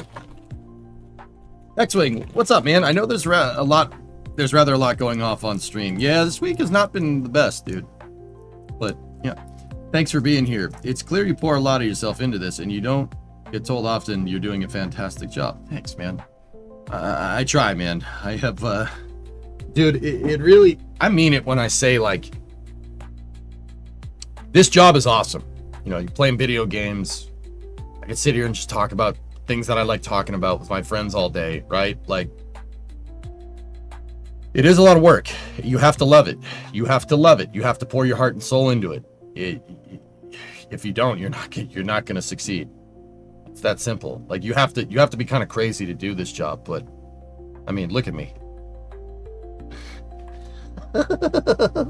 No, but yeah, I appreciate it, man. Thank you. Yeah, it's yeah, you guys have been really good to me despite the bad times, like basically through August and stuff, and I do appreciate it. It doesn't go unnoticed, and it just makes me want to work harder. So I'm trying to get back into the groove. I'm trying to get back to hitting 50 plus hours a week streams, playing Kerbal, giving you guys the best content that I possibly could. The best content that I can muster. And it does seem like we're fighting a rising tide, you know, but yeah. Yeah. We'll get through it. Not a problem. Yeah, appreciate you dudes. Really, I do. Thank you. Thank you for being here. Means a lot. You know what? Maybe we could adjust the angle of this to make it look a little bit nicer. I keep coming back, so you must be doing something right. All right, right on. Yeah, that's that makes sense. You know what?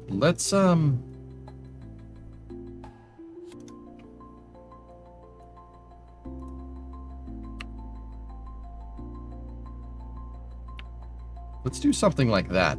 Let's see how that looks.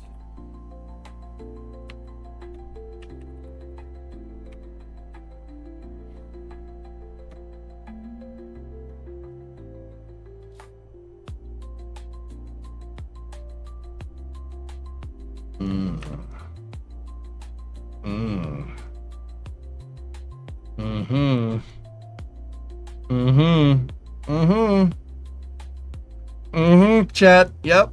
I like that.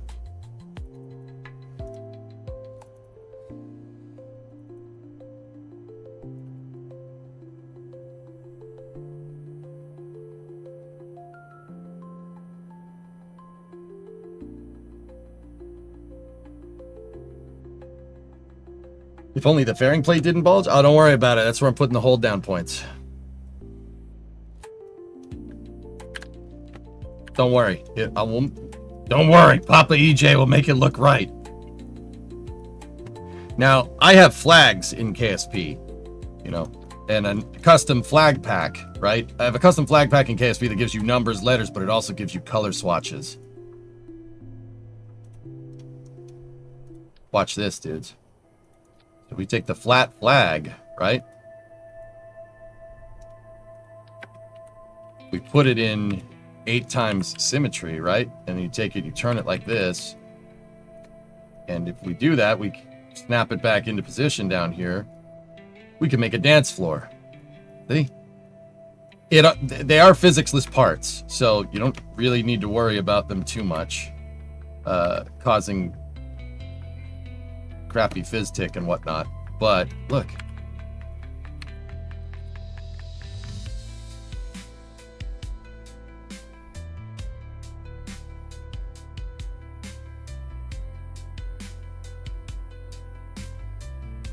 Once again, this is aesthetic, but these parts don't really hinder performance. They really don't.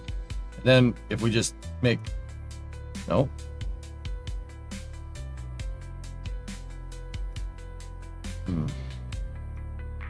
We got a stop sign in the center.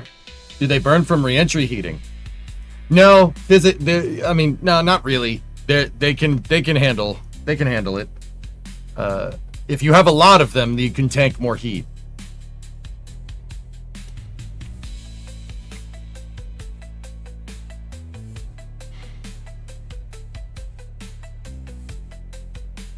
My real question is, what the hell's going on with the fairing texture right there?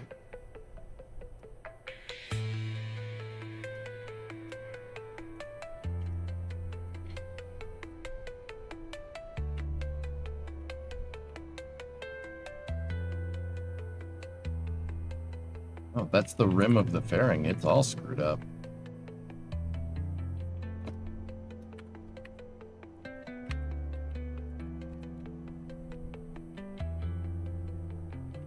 Okay. I know what we need to do here.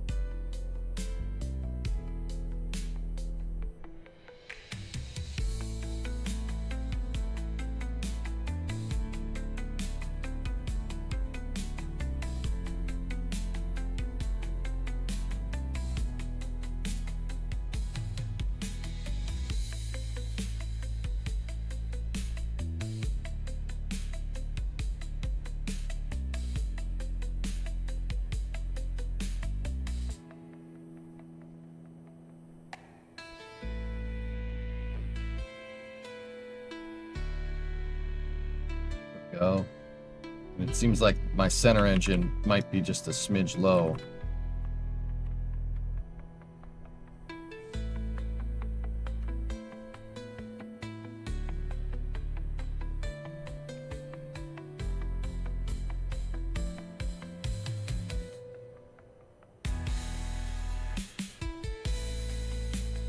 Aw, score. This is good. It doesn't look like it looks like when I redid the fairing, the ball doesn't peek out too much.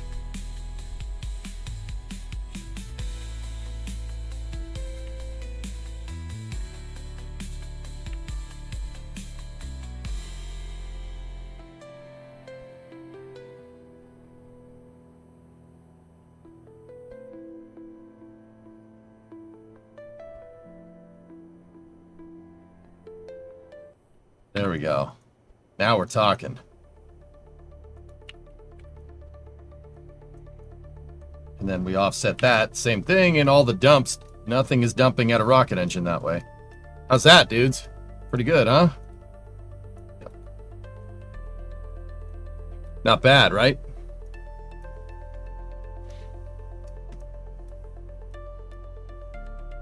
Will Battlefield 6 be added to the after hours rotation when it's out? I would like it to, yeah, sure. That fairing does not need to be staged.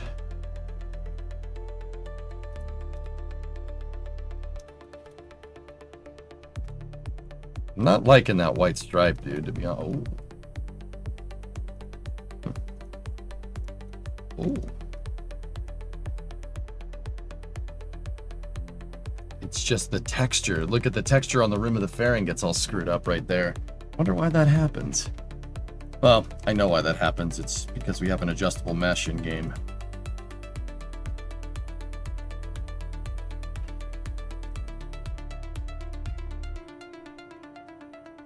How's that look, dudes? Pretty good, right?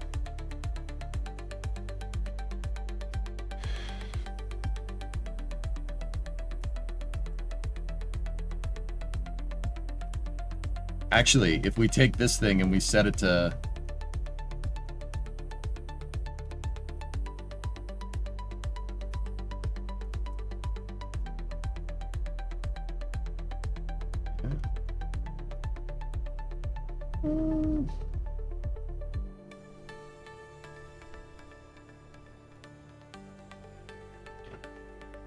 Huh.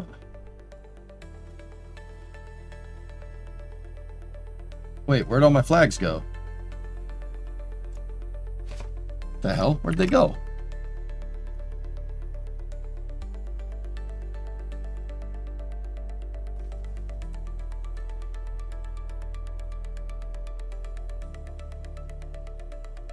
They're gone.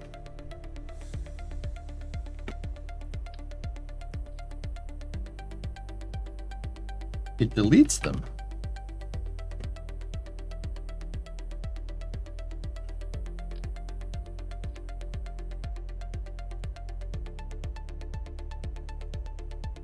Huh. Yeah, it happens when you change the number of sides. Yeah, no, I see that.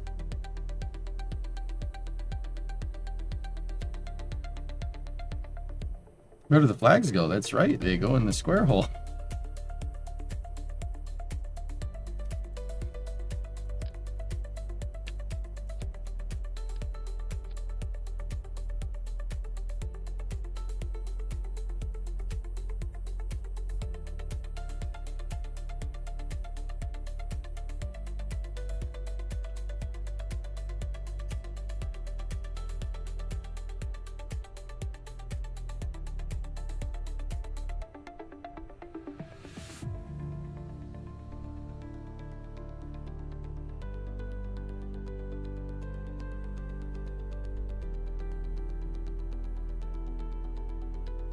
Wait a minute.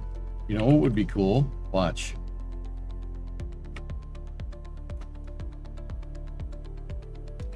Oh no. Nah, I don't want to do that. I was gonna say, see these panels? We could make them look like the Falcon 9 has covers down here, so you can get at the turbine machinery or the engine. It'd be cool to make the covers line up with the engines. But I don't think anybody's going to notice any difference there, you know?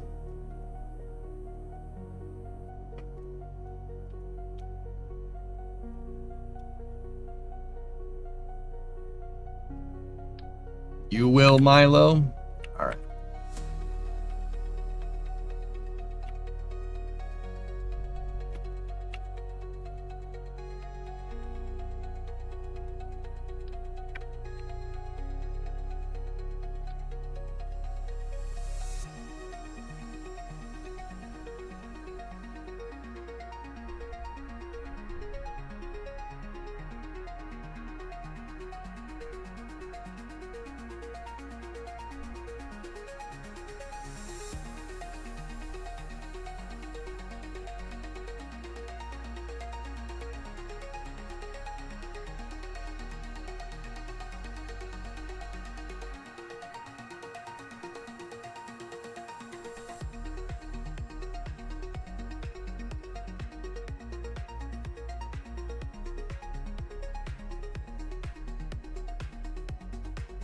Yeah, that's centered. That's centered between the plates.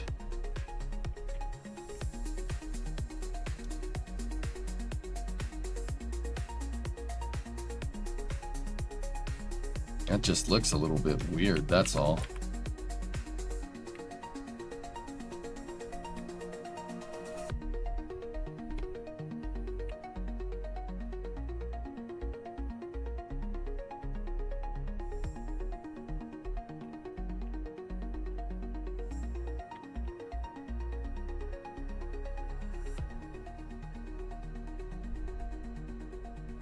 Son of a gun, the Falcon 9 engine section does that. It's the same config. Look. Oh, it's offset. Oh, I can't unsee that. Oh.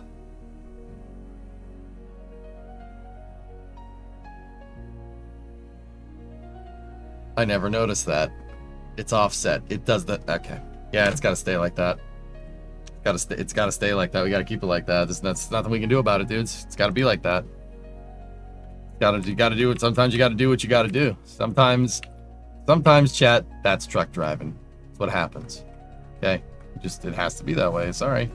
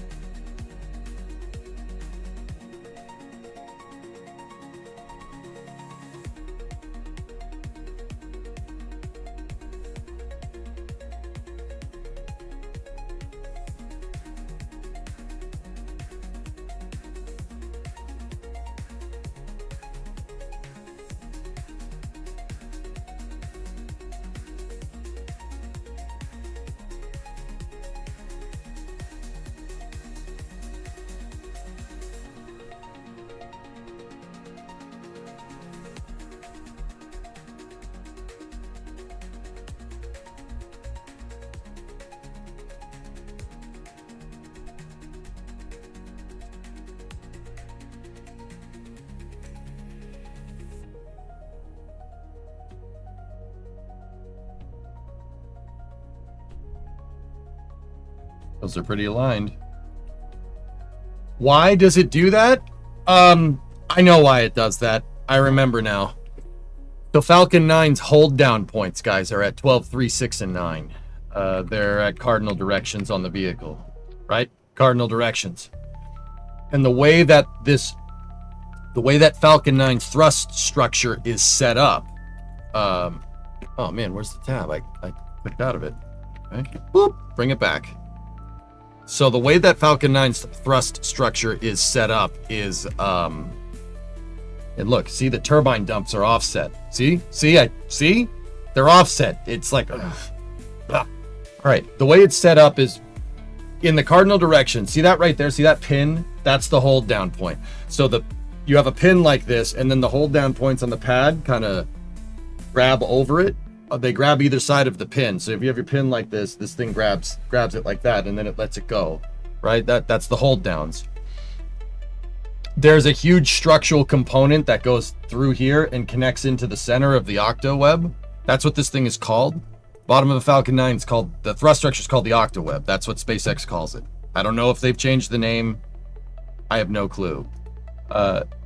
If you look, so that's an engine installation jig or something. That's what the Octaweb looks like. There it is.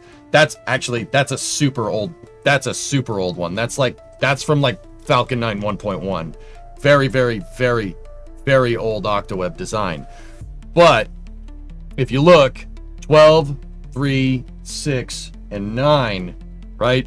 And this goes for all the other this goes for the other things too. There's a huge structural bulkhead here, right? A huge plate of aluminum that connects to an inner structure, right?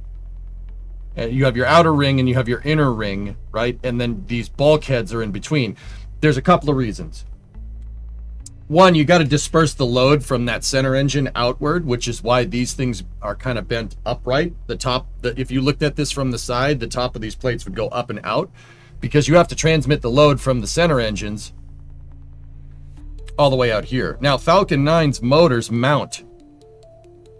The way a Merlin 1D mounts is that the Merlin is built on a plate. Like there's a plate of steel, and that has the gimbal mount, and it has the fuel line umbilicals, right? Think of it like the SQD almost, or like the booster quick disconnect.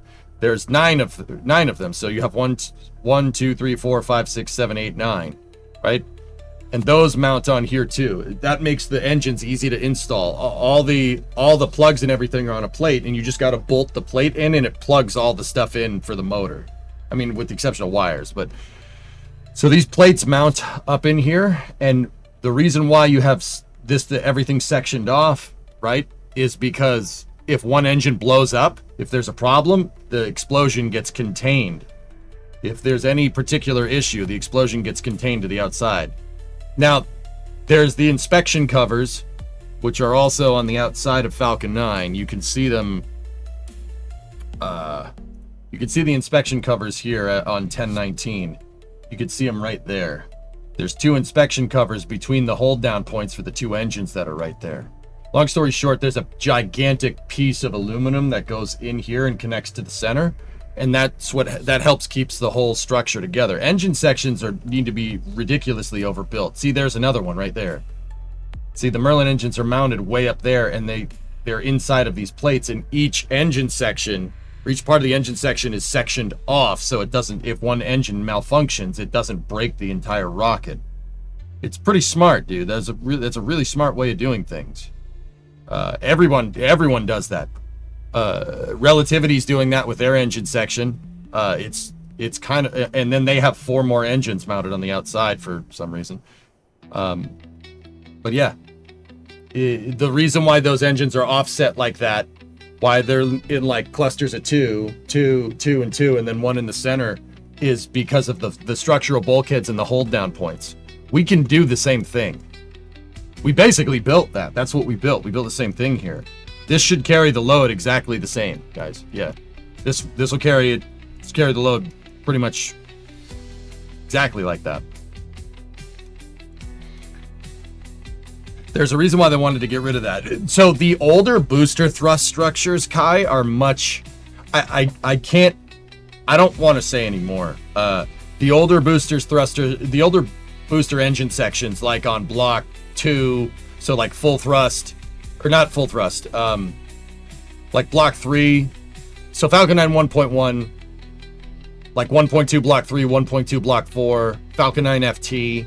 Those ones are harder to work on for reasons. When they switched to Block 5, they redid Falcon 9's engine structure. That whole piece was redesigned. It's structurally similar, but the way they manufactured it, they completely switched around how it was built, and that made it a lot easier to work on. It made it a lot easier to inspect the engines. The processes for like taking an engine off and putting it back on became way simpler, amongst other things. They basically made it easier to make more of them and fly more of them. Basically exactly what they said. They switched manufacturing techniques for engine sections between Block 4 and Block 5. How do I know? When I had the privilege of going to Hawthorne, I saw an old one next to a new one. I saw things. Yeah, we saw things. Let me just put it that way.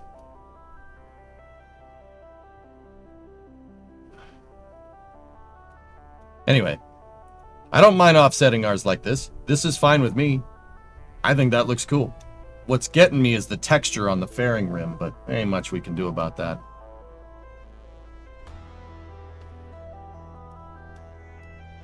Yeah, when we were there, we weren't allowed to take any pictures. They said, keep your phone in your pocket. I'm like, okay, I can do that. Keep in mind, this was a number of years ago.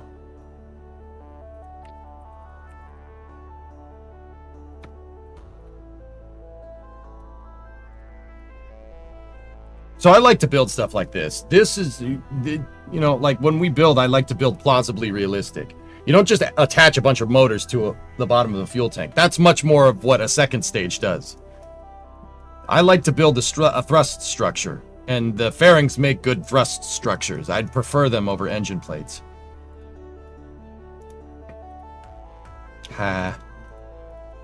Oh, these are back in symmetry. We got to remove them. Now, if I'm understanding this right, what we need to do here is set these engines with the cal overclock. This is the spark overclock controller. Let's go here, and we can make these engines make more thrust. So thrust limiter. Thrust limiter. Probably should have done this in symmetry. It would have been easier, but because I could do more engines once. It's all right. This ensures that we get it perfectly right. Thrust limiter. Thrust limiter. So 1, 2, 3, 4, 5, 6, 7, 8, 9. We have all 9 engines. That's the one in the center. Let's start tweaking that one first. I want to move these curves around to get the thrust limiter to read above 100. I really want it to read about 120. 120, I think, will give us the TWR that we need.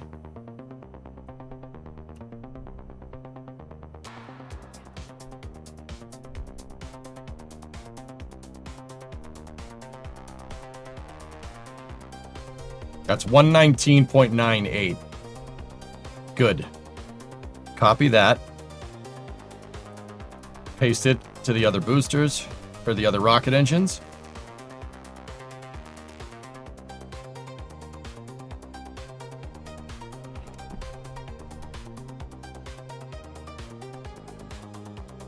Now we got to set this value back to 2.5. And now all of these motors should be making about 120. 119.978 is perfect.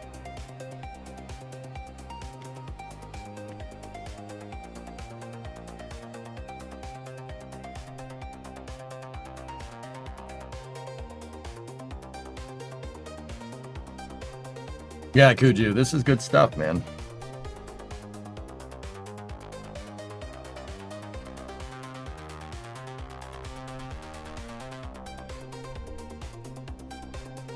Block 3 Starship boosters, you mean? If Falcon 9 is offset, does that mean Starship is too? I do not think Starship is offset. No.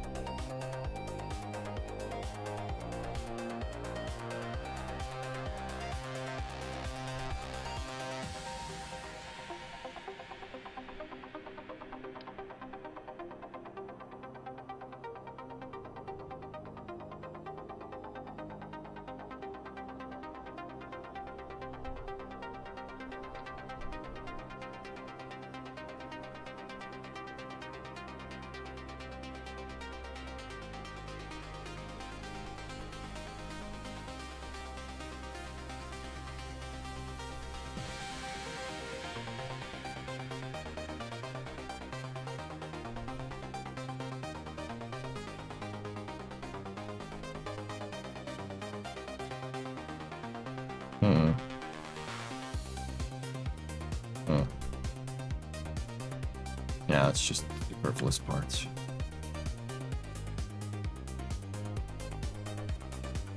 But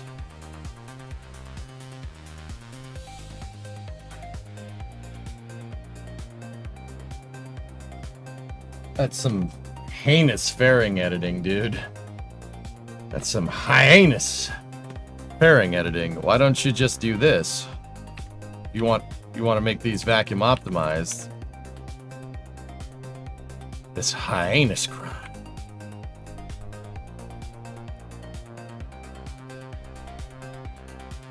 Oh, that expansion ratio, that expansion is awful.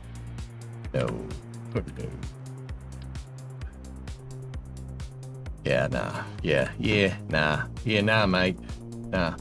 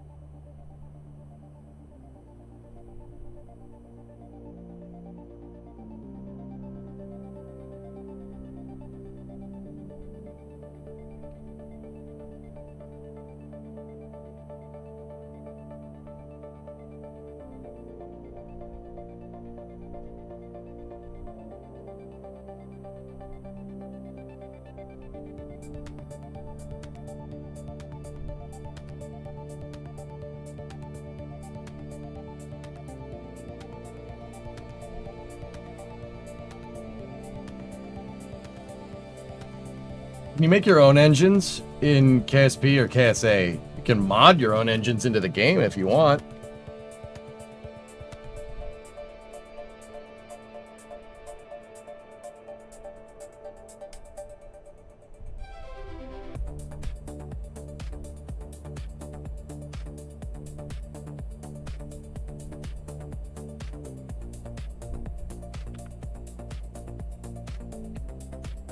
Yeah, if we wanted to make these look like vacuum optimized nozzles, we could do that, but you know, I think that's in the way of the thrust transform. I'm not sure that would work, and it looks ridiculous because the nozzles clip into each other. But that does look like vacuum optimization. It looks like a vacuum optimized nozzle, which is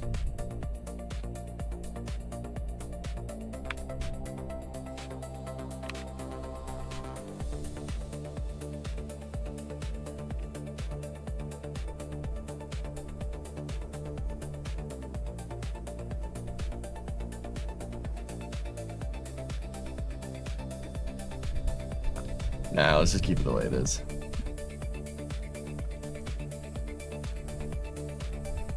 Got to make them extendable. What, like an RL10 V2?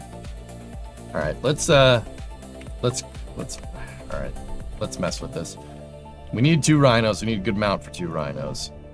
These cones should probably do us right, but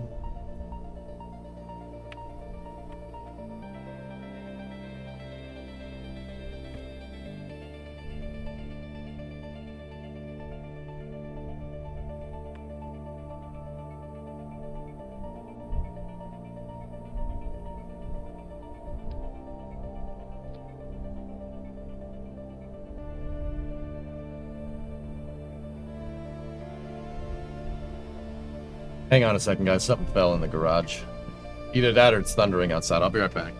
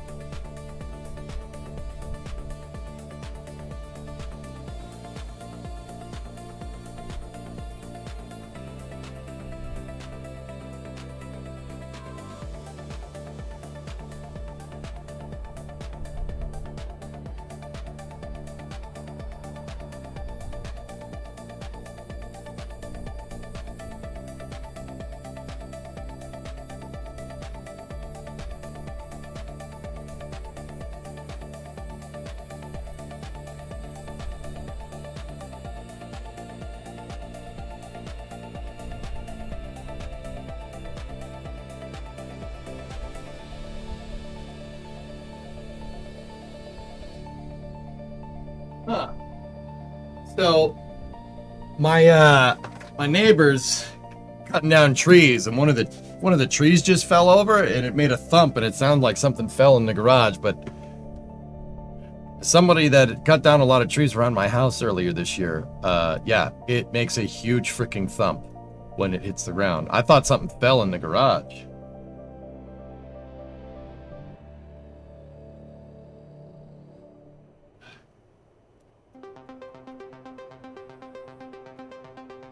It makes up like a big old thump.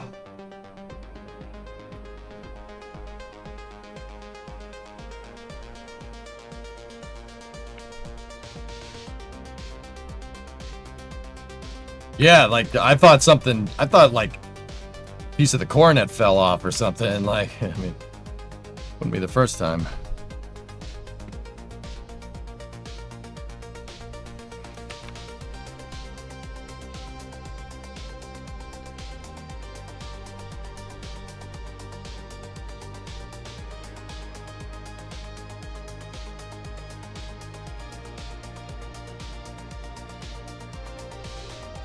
What if you used the smaller monoprop balls on the second stage instead of the big one?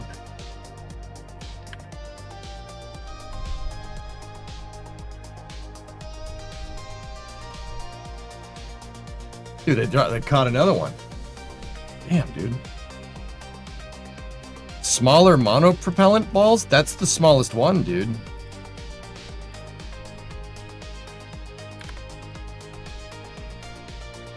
Yeah, how rude. Yeah, what are you doing? Yeah, this is a tiny rocket, dude. It's not, I mean, like, remember, Prometheus took up the entire VAB. This thing is a little guy. Him too afraid to get out. He's just a little guy. Why are they de-treeing? Because they don't want trees? I don't know, man.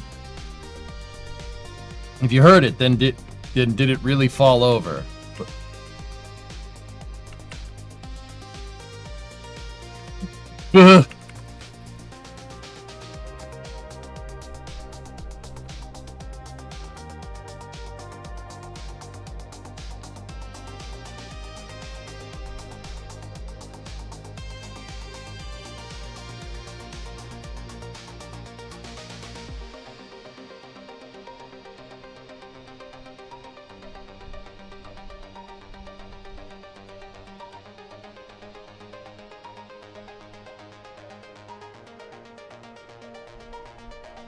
You know what? I liked what we had here. Oh, that's a pretty good structural mount. It's too long, though. Come on, straight up. How much mass is that thing? Oh, it's only 50 feet.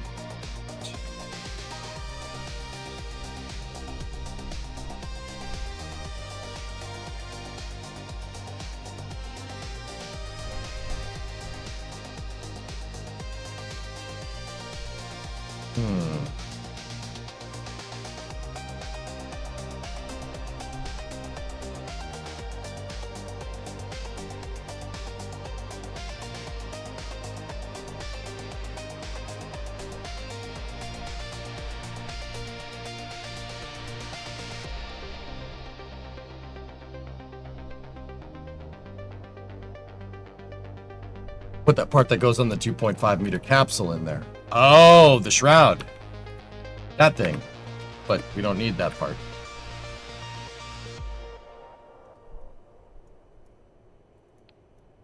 We're gonna need to mount it on something.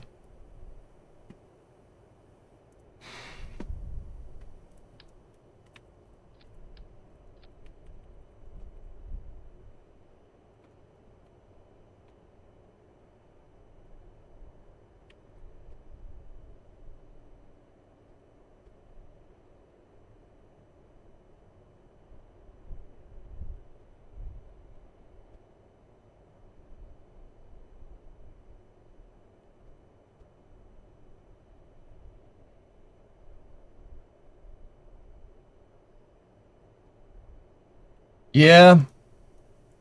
Yeah, I like it.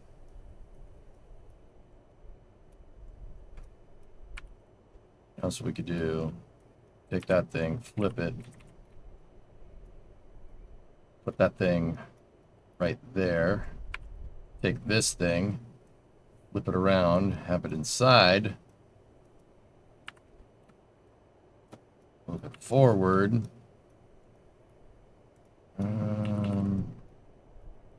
I like this. I like where this is going. Because you can't radially attach these. You got to attach them to something.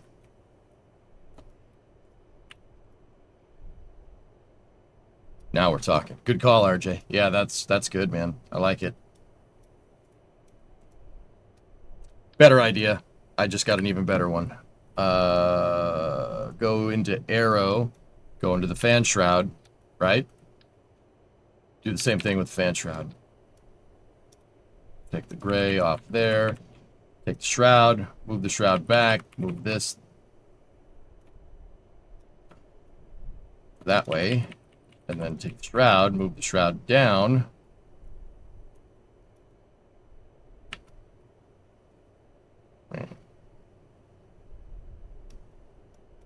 Did you say that attaching it radially would cause the arrow to be messed up?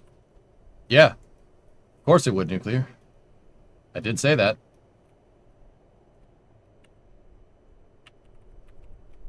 That's why it's inside of a fairing, dude. I don't make interstage fairings just because, you know, it looks cool. I make them so it includes everything that's sitting in between the stages. So you could put stuff in your interstage and the game understands that, like all the docking ports and stuff and the avionics, it understands that it's occluded.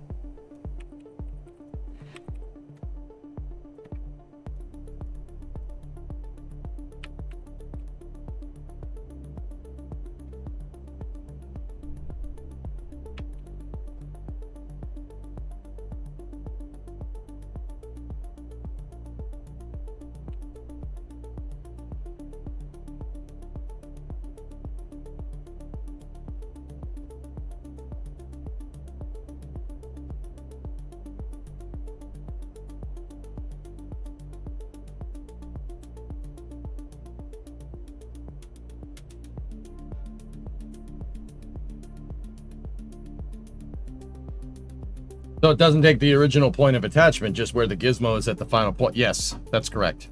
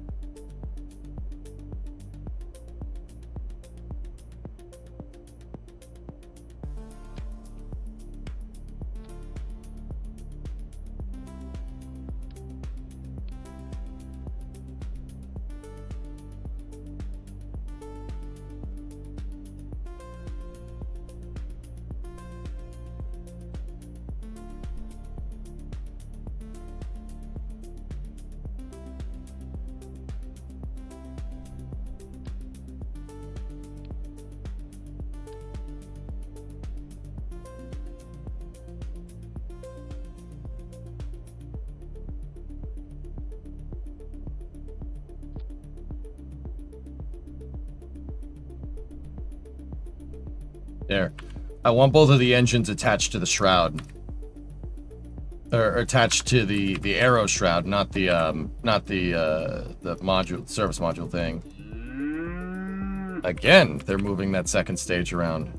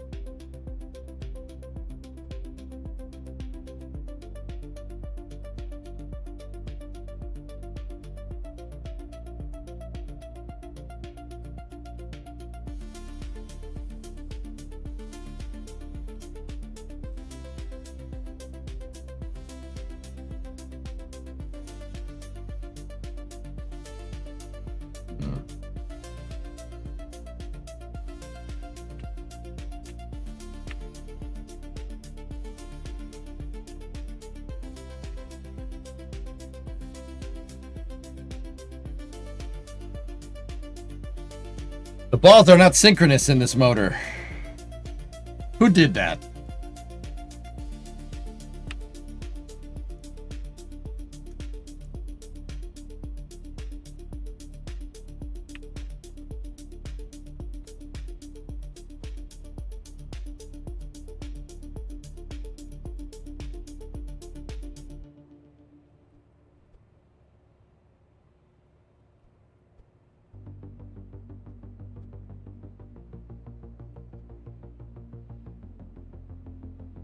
You update the icon for your Discord server. Nope, it's the same Coggers thing that it's been for a little while.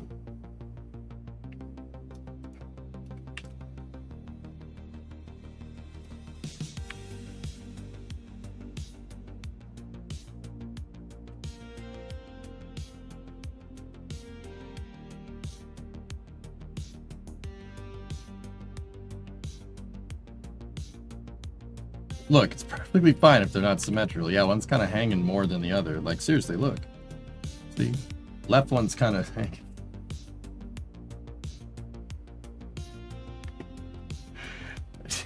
It is.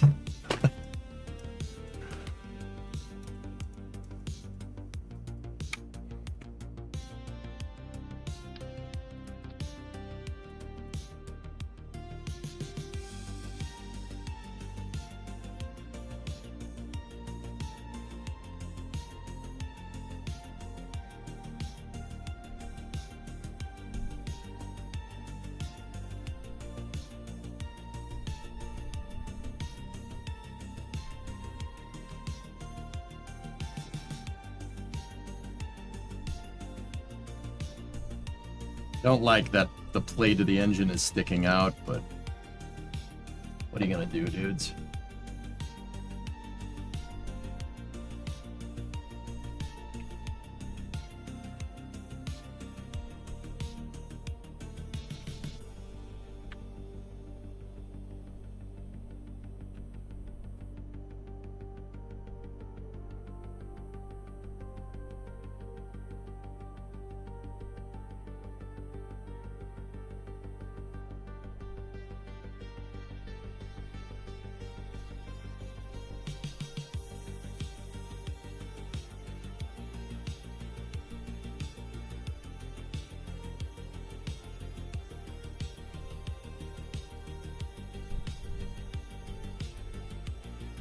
RCS balls to each side and hide that.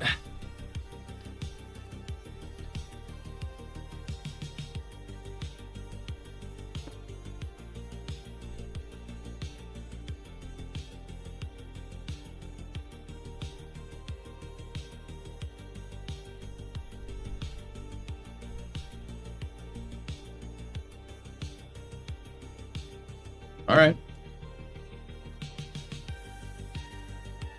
Yeah, that makes it look not as weird.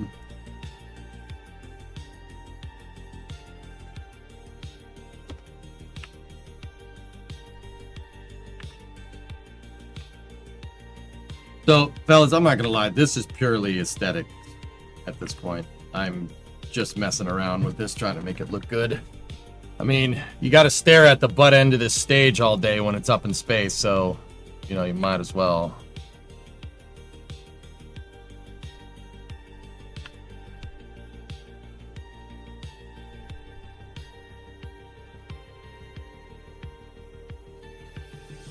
That's fine.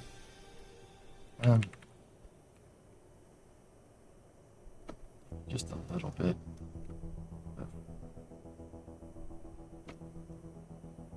Right there. That's good.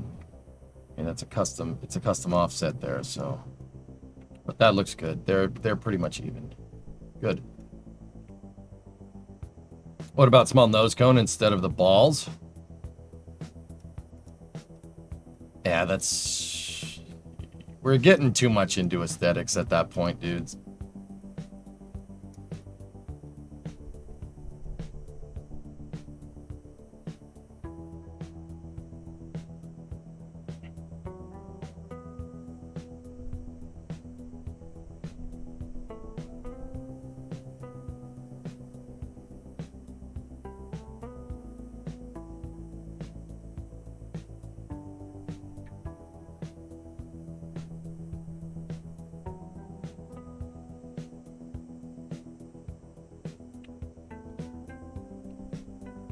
Now we can shorten our inner stage.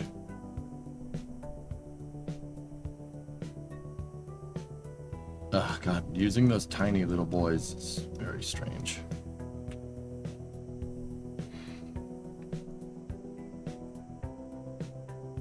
But yeah, we can do the same technique that we did.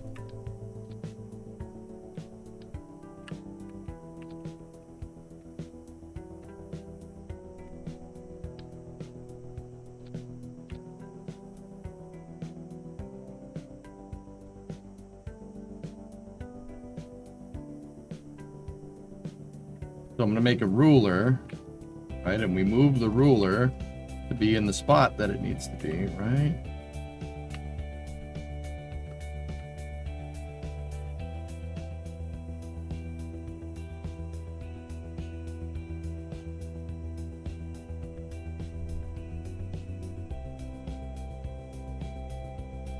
There. And then you take the entire fairing, move the whole thing back with the ruler, and this gives you the spot where you should complete your fairing.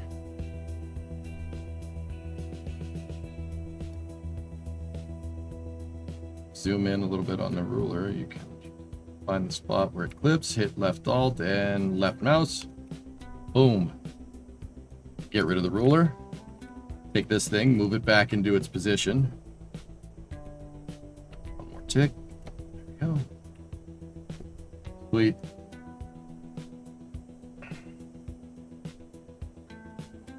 There you go. Not bad, dudes. Not bad.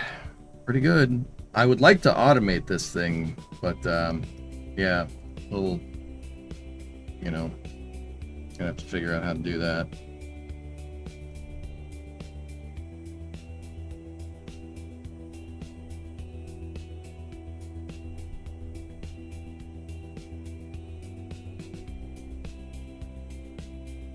Excuse me, one hop.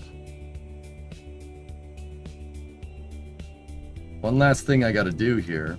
What I'm going to do is I'm going to hit same vessel interaction on the interstage fairing and same vessel interaction on the FLT 400 fuel tank. All right. Reason why we're doing that is to help keep this thing nice and strong. That thing serving as a cup that the second stage can sit on physically because they're colliding will make the rocket extremely rigid. It basically makes the inner stage structurally and aerodynamically work exactly like a real one does.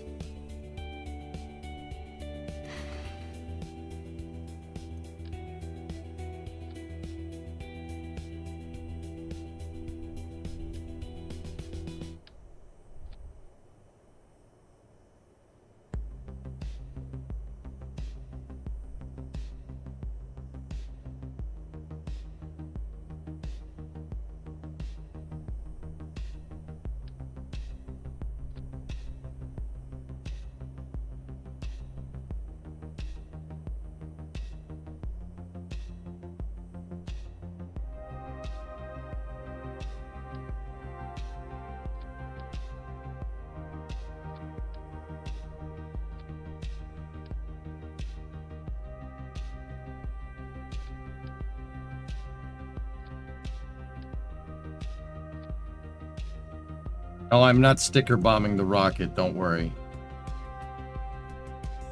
The reason why I have flag packs like this is so you could put the name of the rocket on the side.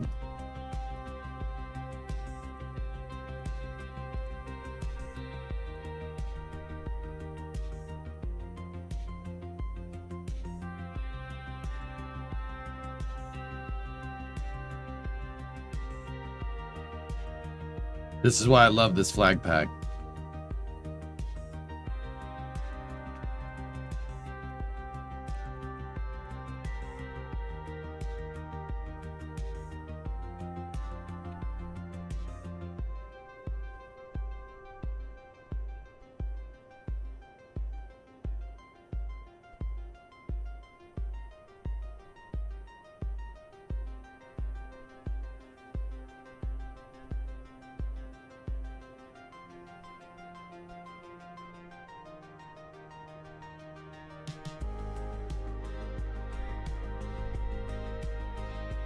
The letters aren't spaced back. There's was tossed.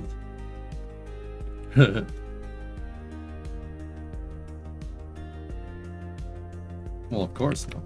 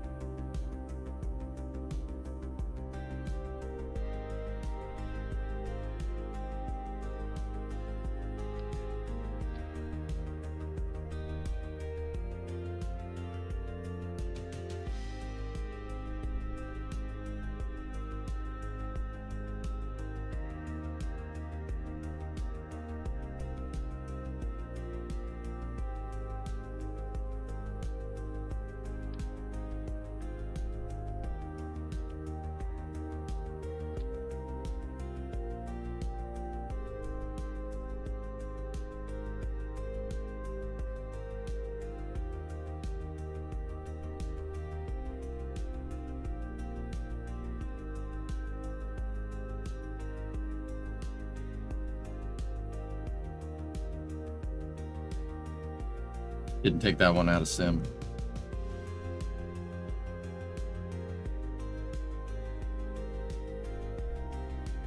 Hey, Resender, what's going on? You know what? Flag needs to be bigger. Not big enough.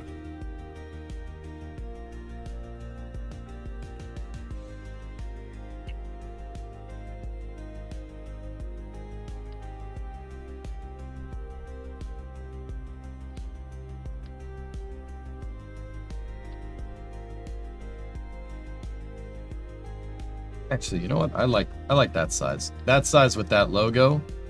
Very nice. Very nice. Very respectful.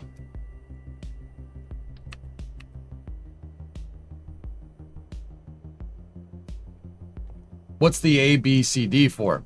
That is for when the vehicle's in flight, I know which side is which, Pigeon. That's a good indicator for rockets to show, at least for you. It's a good indicator for me. So I can see you can see the orientation of the vehicle. That is the reason why there are checkerboards on a lot of the early rockets that flew. The checkerboard pattern makes it easy to see if the rocket's turning. So what I do in KSP is I label my rockets with letters. So you know A is 12 o'clock, B is 3 o'clock, C is 6 o'clock, D is 9 o'clock. You know the orientation of the vehicle. It makes it really easy to see how it's flying. Saturn V had that on the fins, correct. You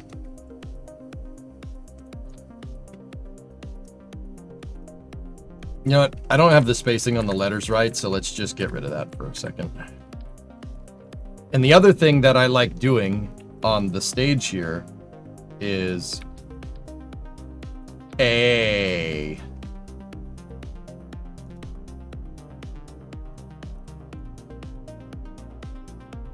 Yeah, that's what I like doing. A.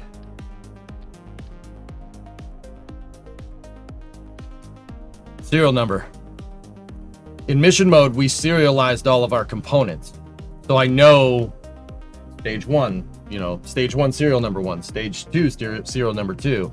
It was a real cool thing to see because you could keep track of it. Like in mission mode, I had a stage that moved multiple upper stages into space. So I had like stage serial number 17 for like my Freedom rocket moving upper stage like 45 or something. It was cool to see because you could see I serialized all my components so viewers could see what components I reused.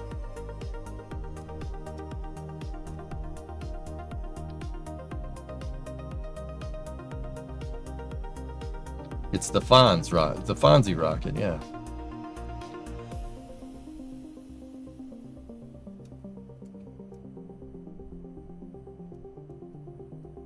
How's that, dudes?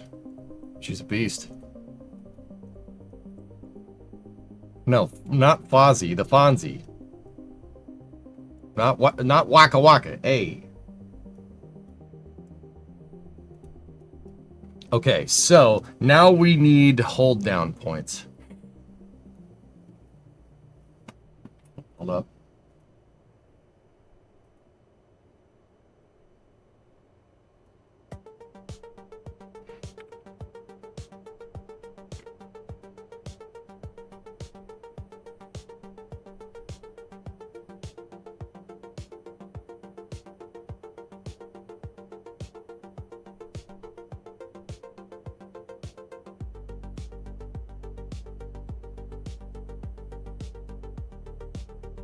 Finding of no significant impact. Okay, I know you guys want to see a flight test. I'm working on it. Give me 1 sec. Let me just make sure our staging and everything is all fine and dandy here.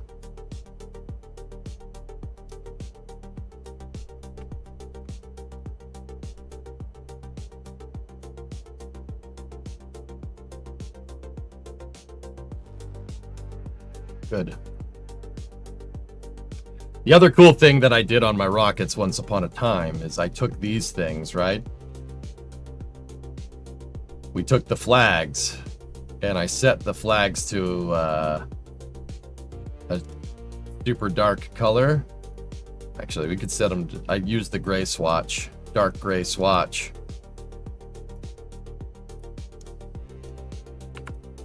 Right, and you can use it to make raceways.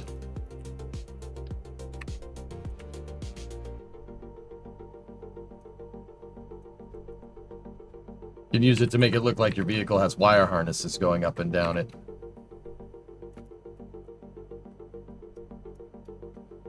Pretty neat, right? I think this vehicle might be a little too small to do something like that, though.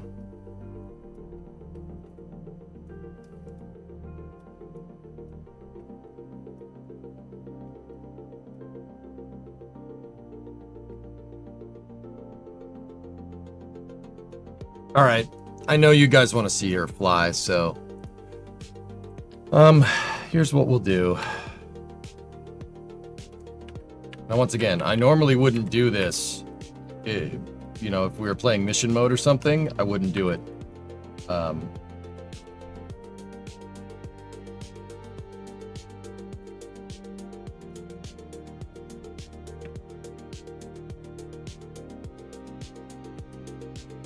The reason why I wouldn't do it is because there's the fun in that, man. What are you going to do about the clipping? What clipping, K3? What are you talking about?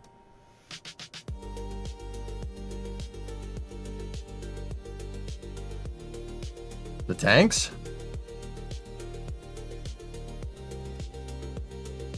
They'll be fine. They have no vehicle. They don't have same vehicle interaction. The only pieces here that do is the fairing and the upper stage fuel tank.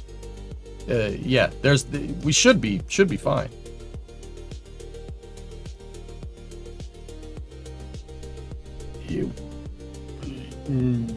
J-Speed, if it really is that much of a bother,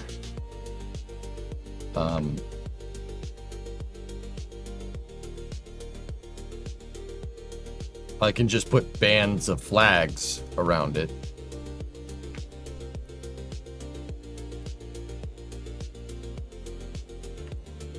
Because that's got to stay like that. It absolute snapped, or else it's not going to work.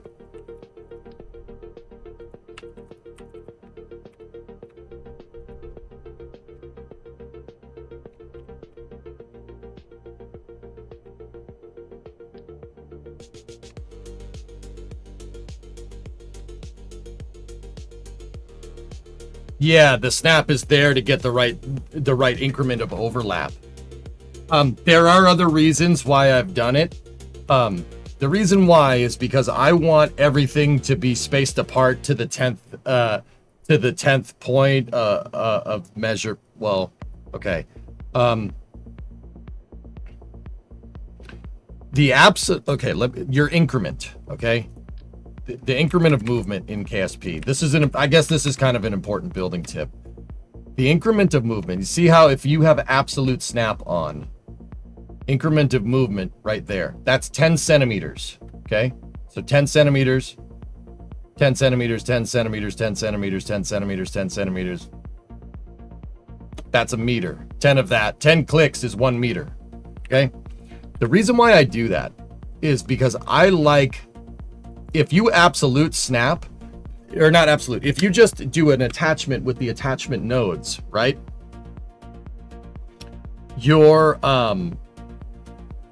The attachment nodes aren't necessarily on a 10 centimeter increment, I like absolute snapping after you attach. You see how the top of the tank is kind of clipping a little ways into the fairing there? I like doing that. The reason why I like doing that is because if I, say in the future, I need a piece of GSE or something, a ground support equipment, right? I know that if my ground support equipment is designed to attach here at the very back tank to the 10th decimal, to every 10 centimeters, right? I'm about to say to the 10th decimal point, but that's kind of makes sense, but it kind of doesn't, right? If I attach a piece here and then start moving it on a 10 centimeter increment all the way up here, it'll match, right? So watch. See, I placed a piece there and it's absolute snapped and it's snapped to the absolute grid. You're good to go there. Now, if I took a piece and attached it to this tank, right?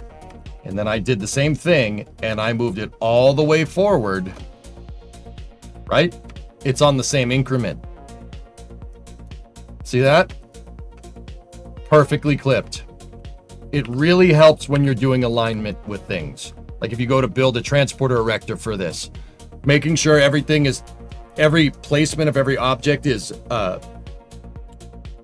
base 10 centimeter away from each other makes it easier to hook up components, docking ports, Kraken tech, whatever.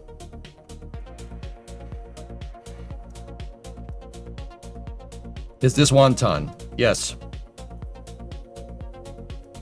Yeah. So I really, hey man, we're using the metric system here. I'm going to abuse the metric system. If I have to use it, we're going to abuse the hell out of that system. Damn. It would be cool if you could set your increment. You know, a channel box up here where you could set editor increment would be really cool because then we wouldn't be necessarily burdened by that. Sorry if I missed it, but I gotta go. We plan to light this candle soon. Yeah, sure, man.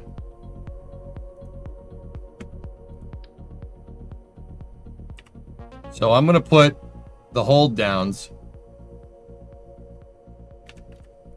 on my hold downs and consider this a structural test as well.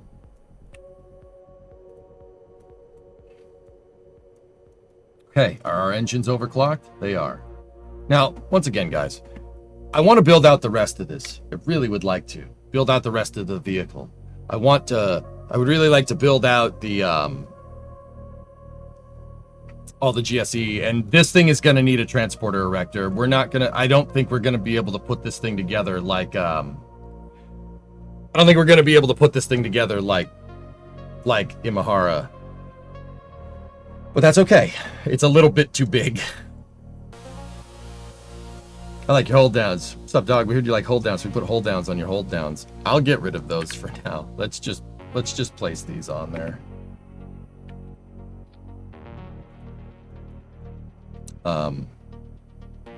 And I do want to automate this eventually. I would like to automate this vehicle, get it to fly by itself. Be a lot easier. Electron style GSE then? I'm thinking more Firefly Alpha.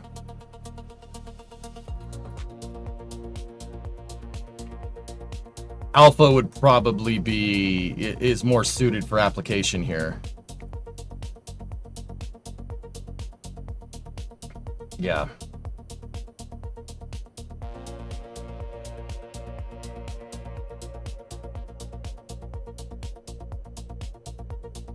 However more complicated that might be.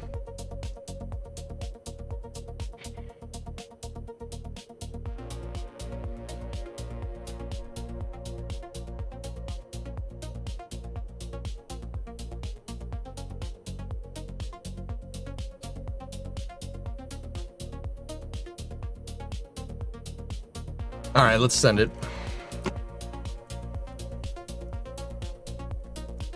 Can I? There's a better texture or something we could put on this. Wing texture. Yeah, baby.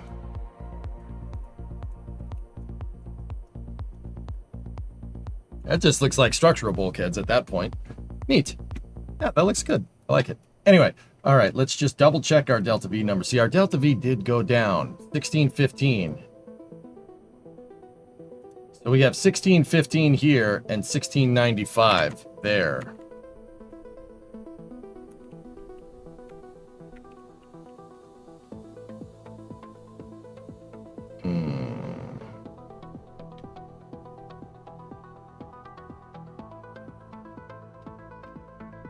It's an overclocking bug. We might need to do the delta V out manually, guys. All right, let's get the math out. Let's figure first stage delta V here. Yeah, the overclocking does screw you up. All right, so we know we have the TWR, so we don't need to mess with that. So let's figure out the delta V formula for what we're using here. So what is our engine, the spark engine's specific impulse at sea level? So it's 265. All right, 265 times 9.81, right? Then we need natural log, and then we need M1. So what's our full mass right now? M1 is initial mass. So 21.61. 21.61 divided by, now we need to figure out what our stage delta V here is with the first stage. Well, all right, let's get total delta V. That's fine. So 961. So 9.61. All right, so we have that formula up there. Let's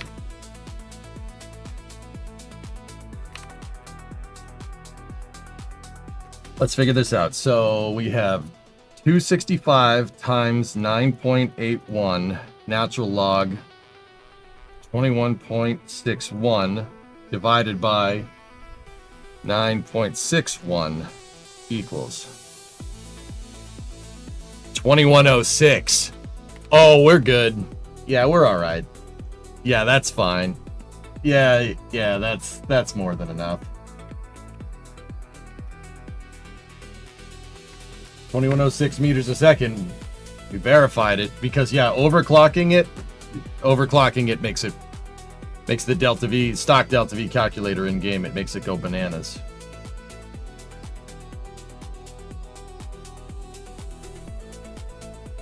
Good.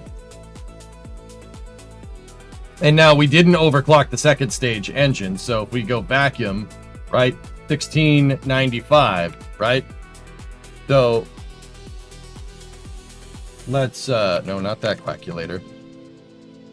2106 plus 1695.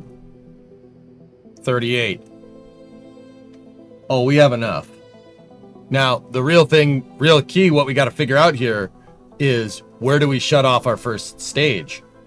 Because our first stage is gonna need extra fuel to get us there, right? But on this flight, I think we'll just do a straight ascent. Figuring that out is for future flights. Once again, we're not going to reuse this stage.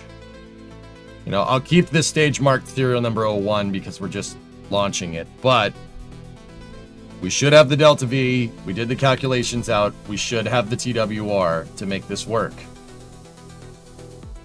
You probably don't want to separate the payload inside of the payload fairing before the payload fairing jettisons. So there we go.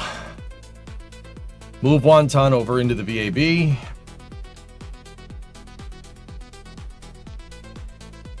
That's actually a pretty big rocket for this core size. This is a gigantic vehicle. Enough for boost back? We should have enough for boost back, yeah. Oh yeah, yeah, it should be enough. Look at this thing. Look at what we did. Hang on, I gotta put that up there to get rid of that clipping. Yeah, baby.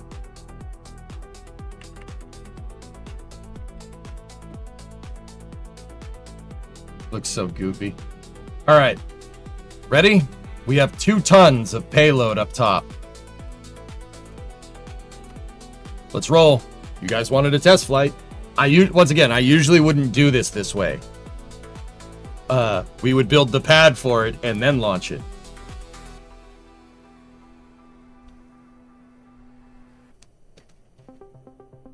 Oh yeah, look at how sturdy that thing is. Stiff as a board. She ain't moving around at all. Excellent. Hey, you gotta fill the first stage up with fuel, idiot. Yeah, that'd probably be a good idea.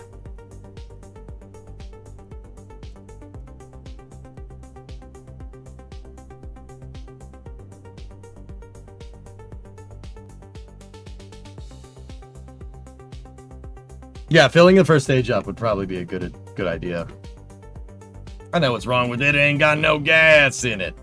The other thing I didn't do is configure my thrust vector control for the first stage how I want, but it's fine.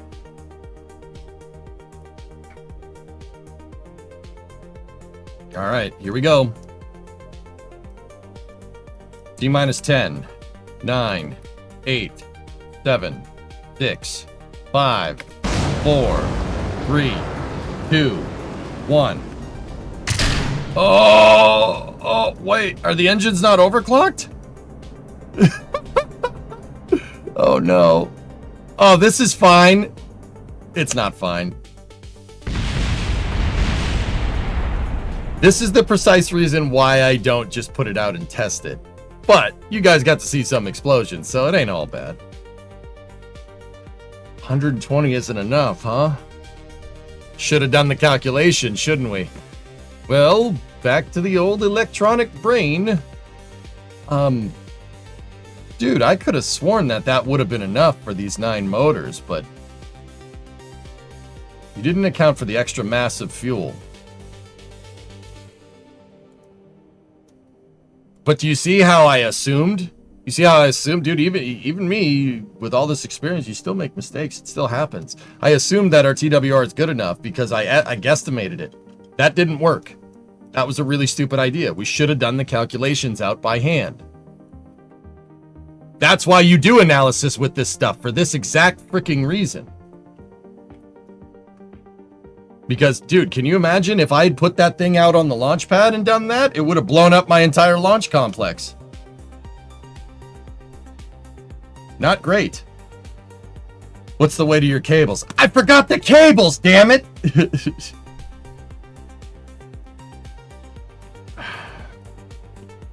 Okay, let's sit and tweak the curve a little bit. Where are we at right now? 119.98, huh? That was close, but it wasn't enough. These motors got to be... All right, I'll put them at 175. Which is getting a little bit absurd. But I think 175 is overkill. It's hard to do the calculations out because I don't know how much that motor is going to make. I can't see the... Like, we can't see, like, oh, your thrust output now is going to be this much. We can't see it.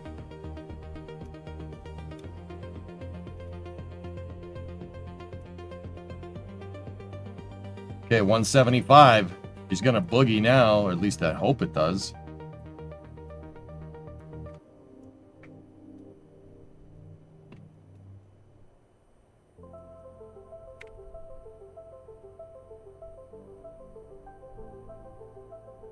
The mass you were using was with the first stage unfueled.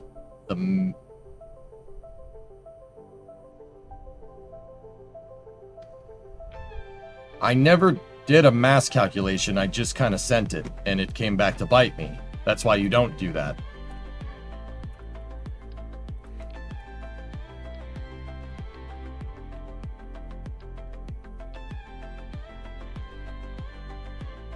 Okay. We kicked up the tune on those motors down there.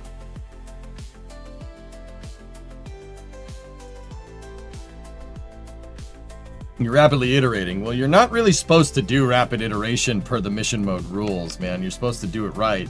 But mission mode is very much more waterfall stuff. I haven't tried to do rapid iteration in it.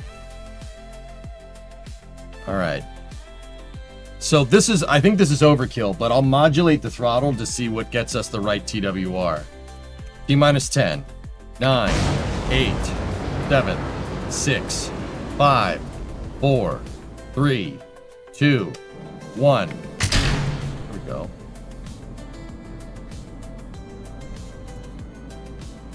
All right, she's moving.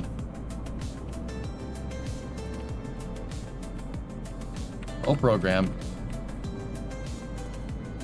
Man, this thing makes no noise.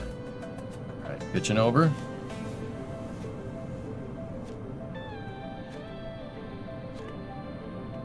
See, I don't think this is even going to tell us the right... Oh, no, it's telling us the right TWR. That's good. Actually, that's pretty right. That's pretty spot on. Look at it. Look at it go. Look at the little baby rocket. It's very quiet. Yeah. It's a very quiet rocket. It's very hush-hush. Actually, if anything, we might need a little bit more with this thing. Do you have a plume mod? I have waterfall.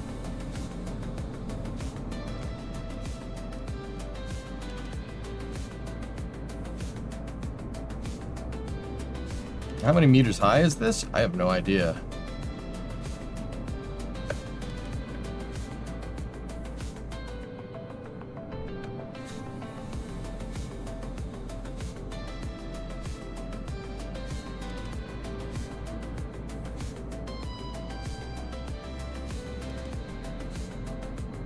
Will you be on Flame Trench later? Yes.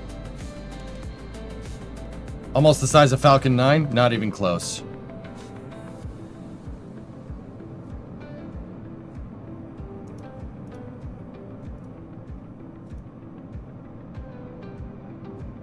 Guys, these engines are actually, it's not good enough. Our staging velocity is, our trajectory is good. Staging velocity is terrible. We have grav losses on the second stage, and we are not gonna make it. We're coming back down.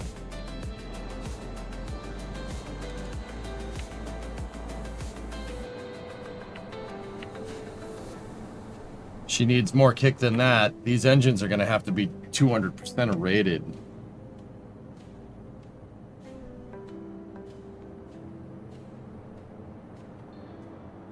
That's not great. Yeah, she's coming back down. Let's just make sure payload fairing SEP works. Oh, it works. RCS is working correctly. Can we have a solid rocket first stage? Yeah, I guess.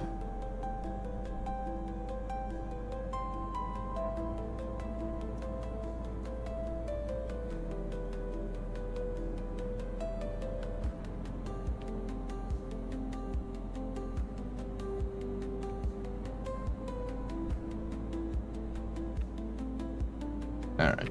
I saw what I wanted to see. Okay.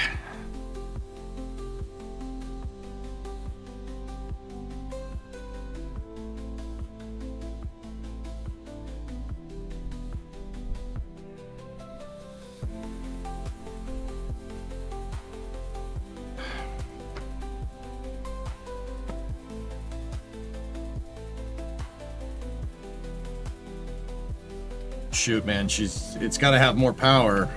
More power.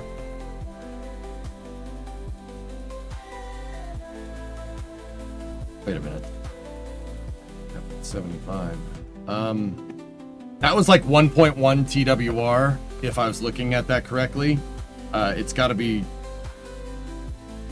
We have to go deeper. Where are we at there? 238.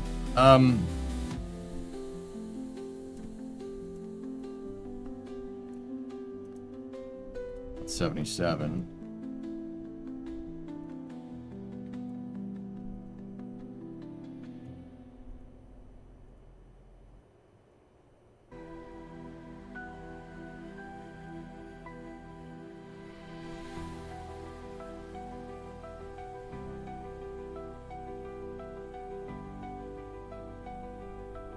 Discovery, go at throttle up.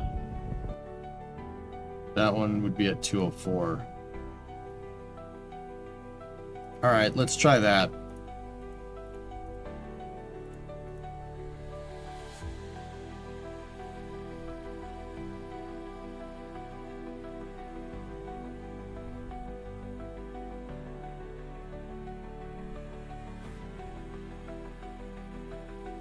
Is the lore for this that you're mimicking Rutherfords? They're not really. That's just kind of a coincidence. Hey, Ox, what's going on? 48-month resub. Second stage TWR is okay. Second stage TWR is just fine if it's up there and not down in the atmosphere where it's really not supposed to be.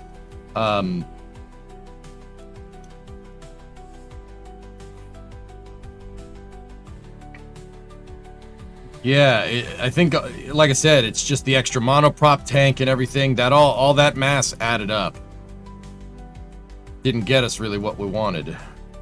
But that's okay. This is why, yeah. I mean, like I said, I would have done way more analysis on this. I said this before it tipped over and crashed. I would have done way more analysis. I wouldn't have sent it. I knew it wasn't going to work.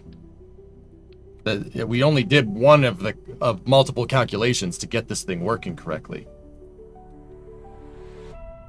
All right, so we can do flight test 3, so to speak, but it was funny. That's why I did it.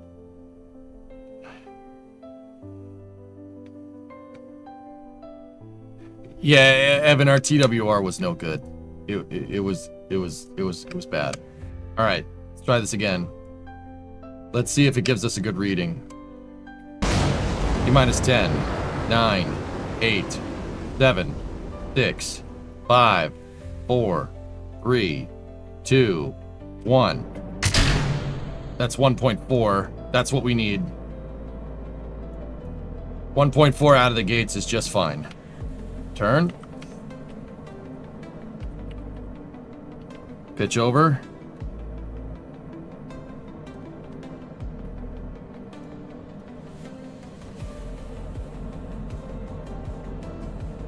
Man, those engines. I hope they don't, like, explode or something. Because, yeah, putting that much thrust through these things could have other problems. You could have other issues. We have way too sensitive a control system. I don't like that. We gotta remove some of the thrust vector components on some of these. Throttling back for max Q.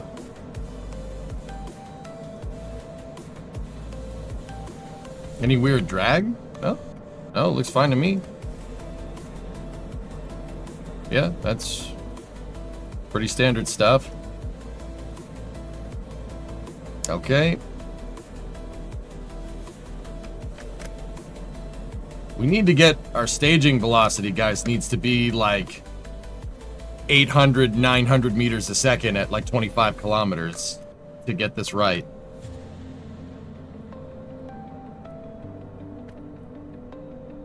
We are not... Why are we taking such a hit here?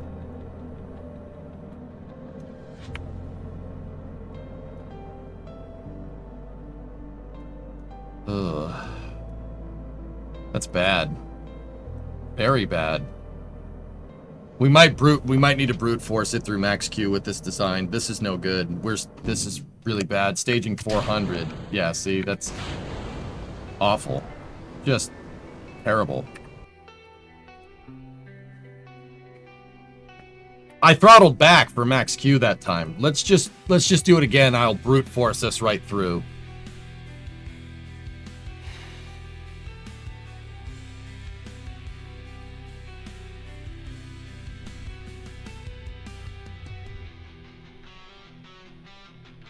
All right. T-minus 10, 9, 8, 7, 6, 5, 4, 3, 2, 1. There we go.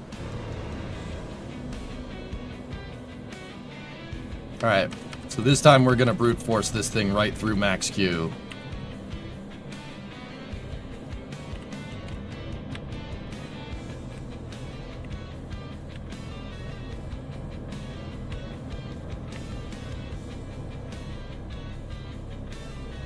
Is our burn time short? It shouldn't be. We just did the calculation for the amount of delta V we have. It should, it's 2,000 meters a second. That's fine. That works.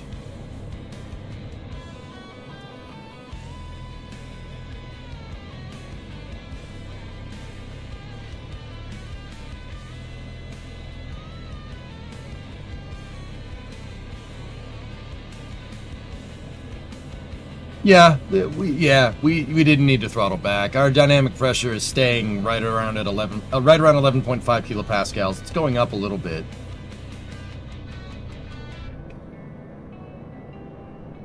Vehicle's transonic.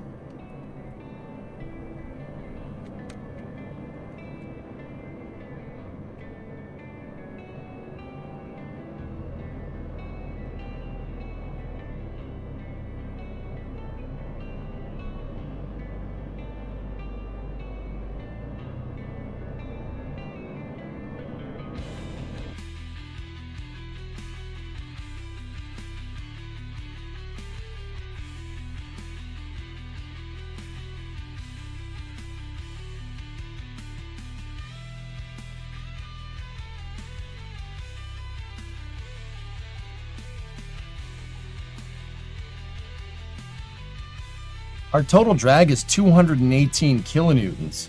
The fairing in the back is absolutely obliterating the aerodynamics for this. That means 2/3 of our thrust right now is being used to just counteract the drag made from the back of this? Question?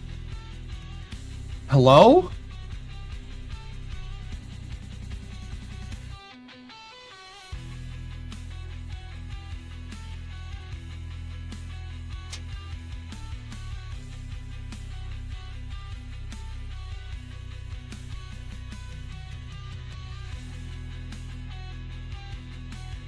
Whoa, something up here is causing a lot of drag too.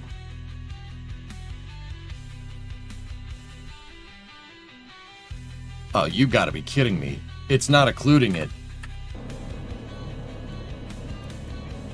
Oh, frick you. That's inside of the fairing, you piece of crap. That damn adapter. Look at that, man. Where's that drag coming from? It's that, dude. Yeah. The back fairing. It's the way this thing is propagating aero is not right.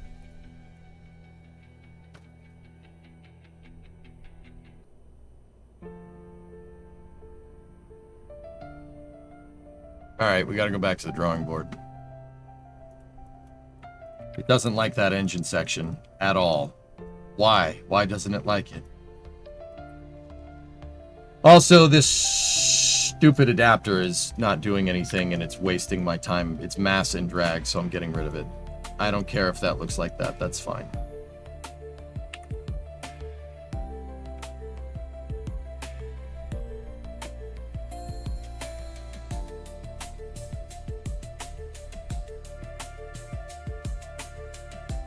And I'm also taking an RCS ball out of the design. We do not need that much. There. Cool.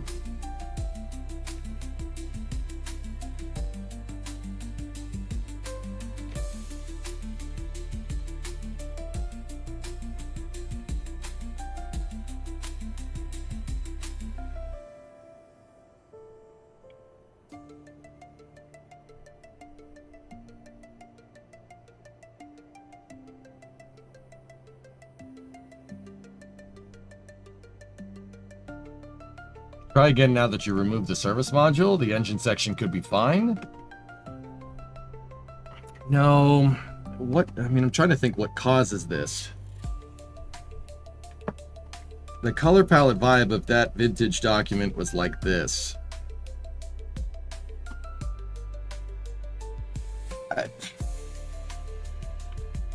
Gosh, that does not help me, dude. I've shown thousands of documents on stream over the last decade, man. I don't remember. I'm sorry. You say vintage documents, you got to tell me what it is. Like, what were we looking at? What was in the document? What was a picture of? I don't know. I couldn't tell you. I can't tell you just by the colors.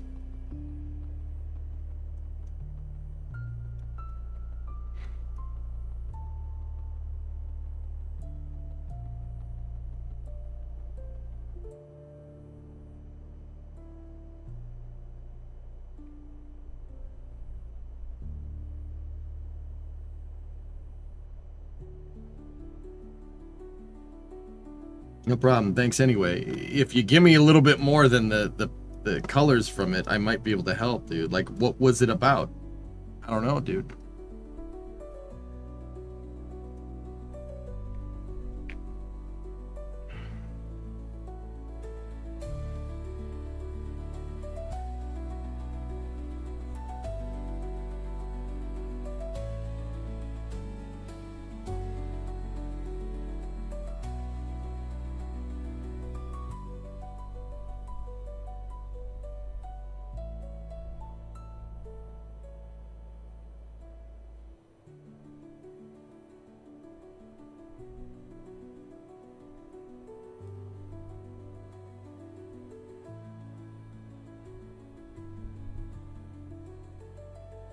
So, guys, I want to give you a little bit of an update. Like, what I was looking at from the drag calculations from that, this thing aerodynamically is acting like we did this.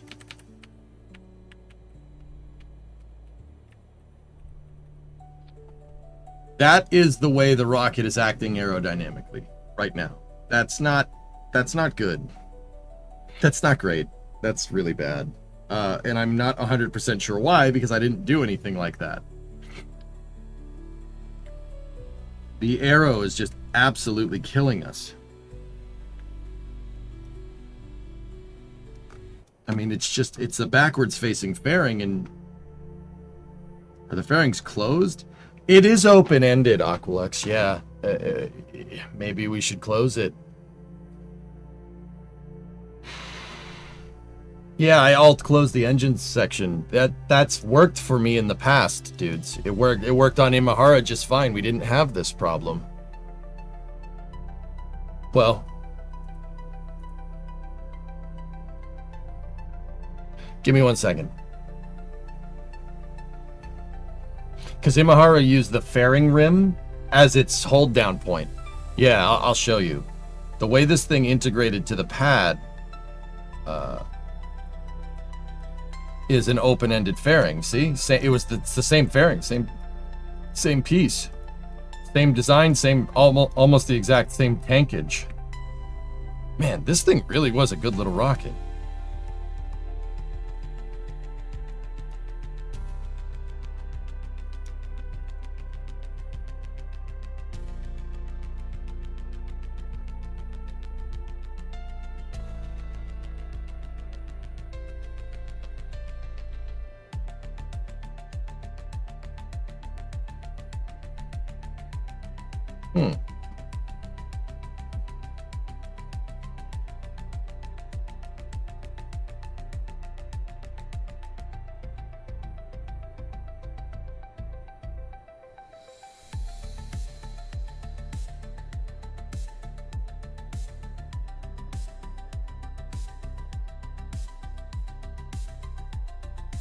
Top notes from the cubic occ tags. Well, it's the fairing that's doing it, Ox. It's not that, but I mean, I don't know.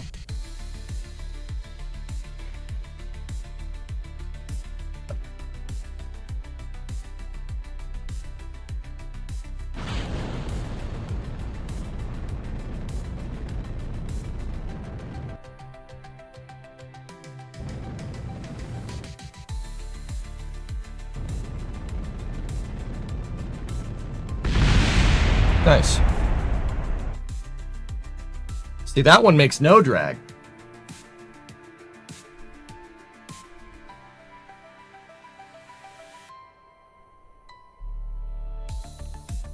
Like here, let me select the back tank.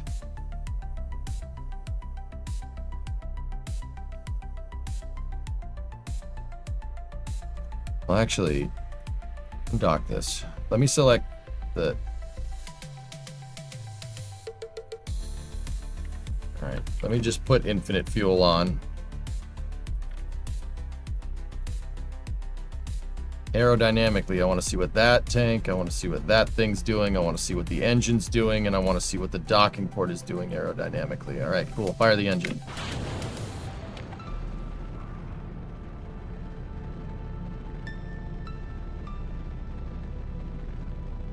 This is fine.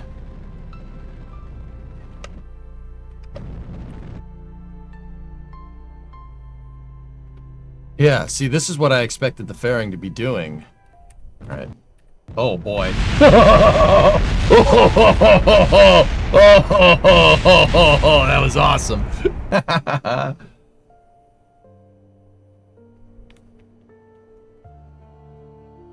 And I made sure to separate it from the vehicle to make sure the vehicle wasn't screwing with our aerodynamics performance. This is how rockets are tested in real life, right? Oh yeah. That's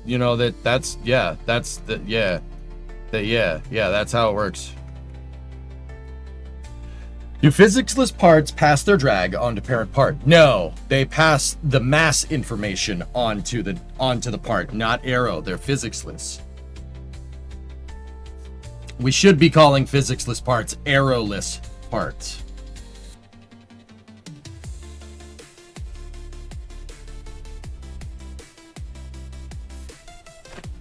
Let me check something real quick.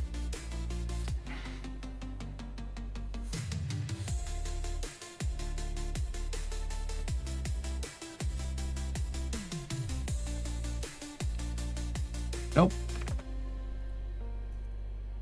I wanted to see if the fairing was attached to like the rim of the rocket engine. Nope, it's not.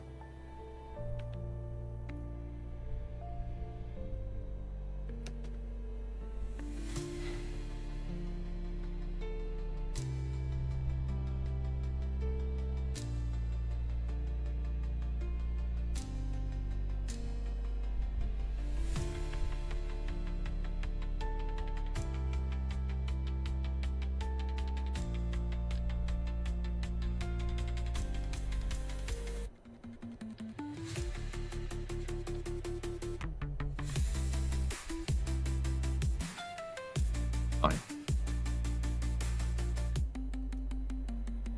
It's fine.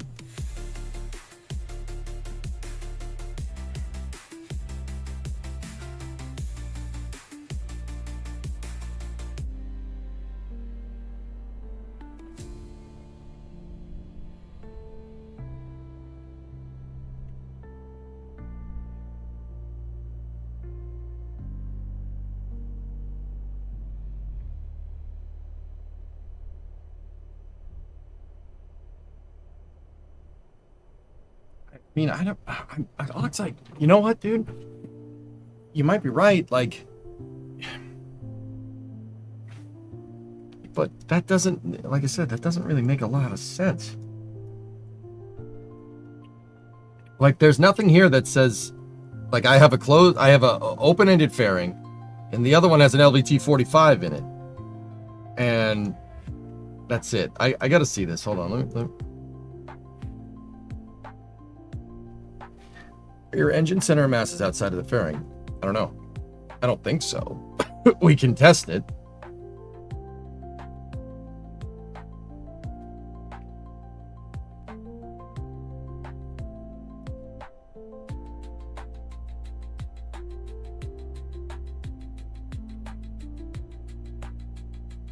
Yeah, we're gonna want to disable rear steering here. Let's go here. Like that, select the back tank, right? Let's select an engine. Select an engine on the outer, or a cubic octag on the outer ring engine, right? And then I want the center engine.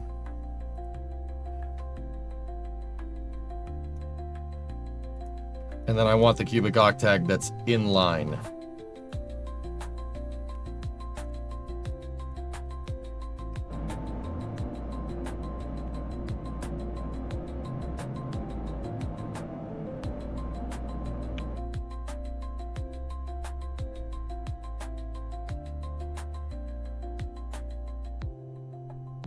So the fuel tank that's pretty much working, right? The fairing is not. And cubic octag strut. The cubic octag strut that's in line is generating 0. But the cubic octagonal struts that are on the outside are generating a little bit of drag. And the engines are generating just a smidge too. They are not occluded, but they're making a negligible amount. And then my fairing is making 60 kilonewtons right now. So if I turn the engines back on, right? First of all, that looks amazing. If I turn the engines back on right now, all right, our total thrust output, right, is 304 kilonewtons coming from this thing. Pretty good. Pretty good. 95 kilonewtons out of that 300 is drag. So we're using a third of our thrust right now to overcome the drag from that damn fairing.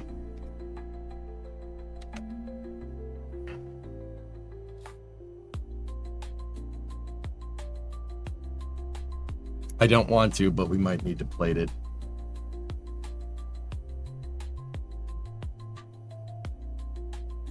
That tracks with the actual performance.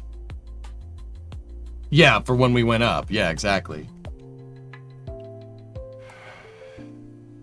That fairing should not be making any drag. It doesn't in the other design. I'm not 100% sure why it does here.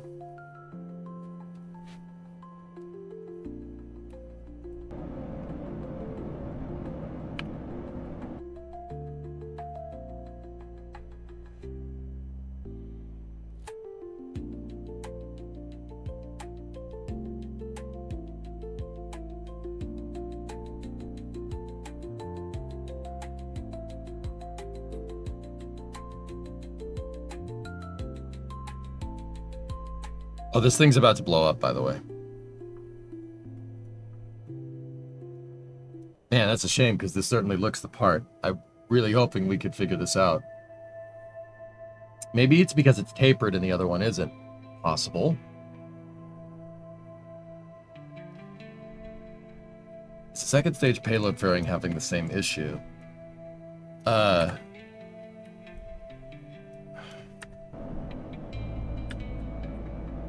Should probably slow down. Oh, no. Do a flip. There's something to learn here. Nope, that's making lift and everything how it should. Okay.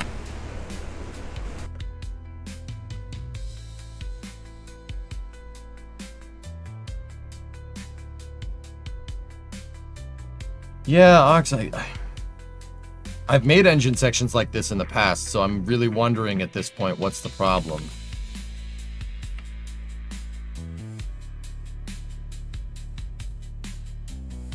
I mean, we gotta redo it.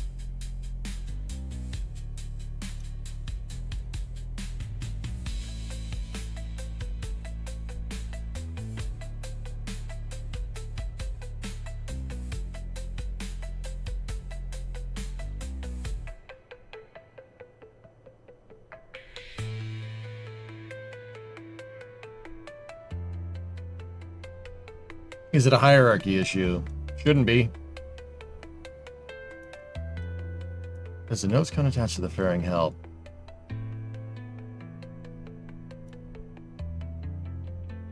I want to try that. Here. I'm going to get rid of the center engine. Yeah, I can always copy one of these guys and just put it right back. So let's get rid of it. And that should leave my fairing node open. Right? What happens if we put a tail cone in there, for instance? No, just paint it a different color. All right, let's just give it a nice tail cone or something.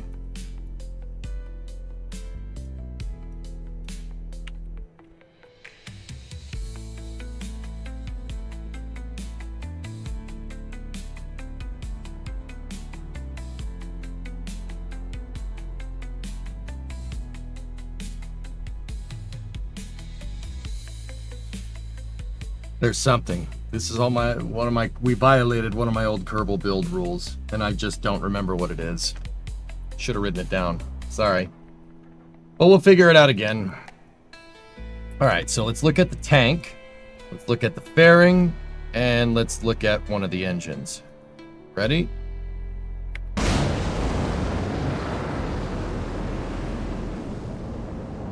And we should probably look at the nose cone as well. Bring up the aerodynamic overlay. Why does that fairing just want to do that? So that fairing at 162 meters a second is making 117 kilonewtons of drag, and our total thrust output is 300 again. Thrust is 271. Wait, well, it's 271 because we took an engine off.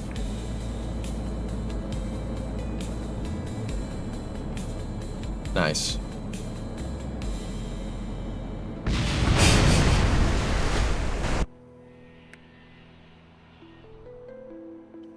You on Flame Trench today? Yes. Huh.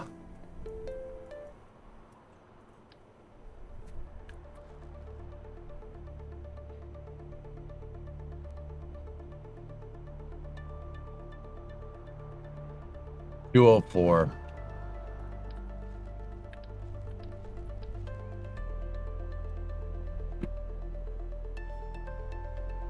Actually, no.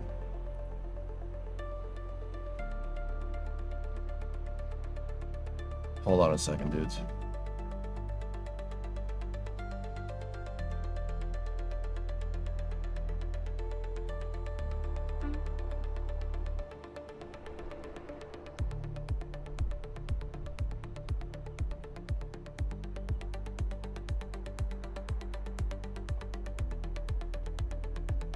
Take the nose cone off.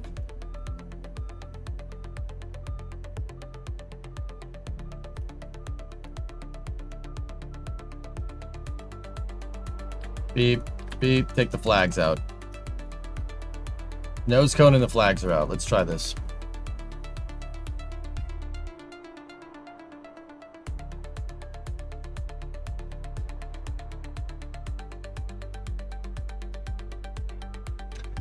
Muffin, that might fix it. Yeah, it's possible. That may have been what I did with the other one, dude. I've just got to isolate one thing at a time. Aero is enabled. Fire the engines.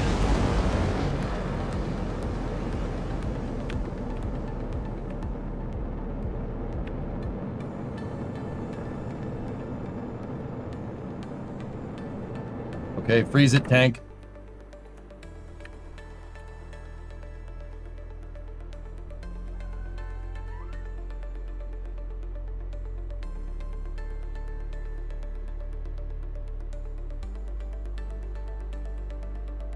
Total drag is 48 out of 271. It was the flags.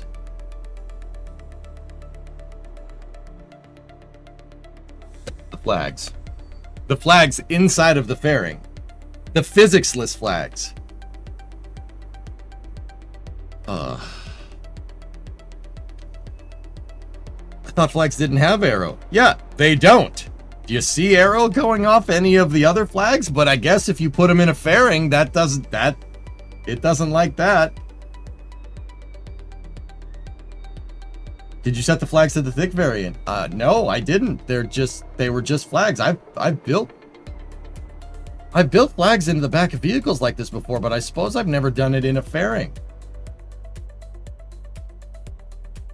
Interesting. That fixed it. We're good. 274 is fine. That's just vehicle drag. That happened. Let me unpause for just 1 second. The landing gear, each landing gear is making about 7 kilonewtons of drag right now. So 7 times 4 is 28. We're making 47 right now. So that means 20, the actual vehicle flying through the air is about 20 kilonewtons of drag here at 159. Yeah, it was the flags. Yeah, I've put flags at the back of the vehicle before. That's been a thing, but I guess I never put them on the bottom of a fairing like that. I thought because they're physics-less that it wouldn't be a big deal, but they're not. Like thick digital flags. Yeah. That's definitely a thing. Here, what about the autosave? Does the autosave have the 9 engines? No, it doesn't. Okay. What was the issue? Flags in the back of the thing. So Yeah. Putting flags inside of a fairing will make the fairing very angry.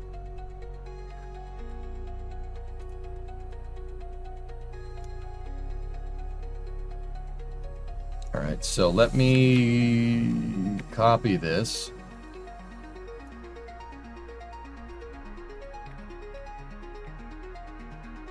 Reattach it to the back there.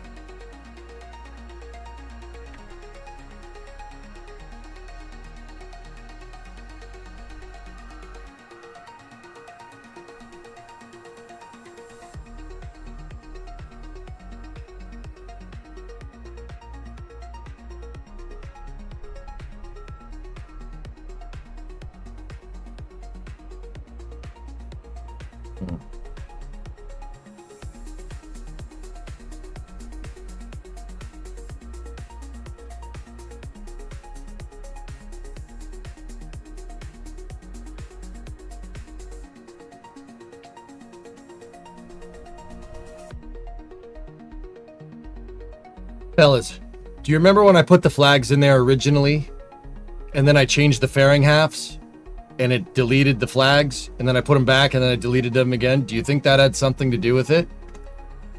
Maybe we should, well, no, it was working now. It's possible that Kerbal did not delete the flags and there was like 30 or 40 flags stuck to that thing.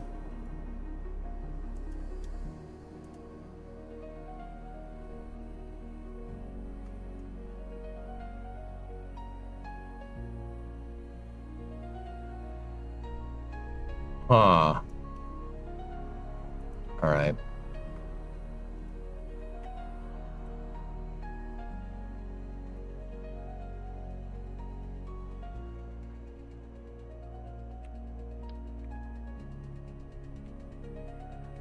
Nice rocket car. Oh, thank you.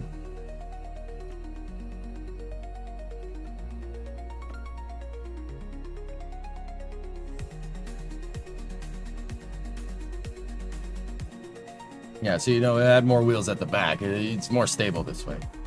All right, let's check it again. Maybe just delete the fairing and place a new one. That would be my next thing, Ordon, yeah.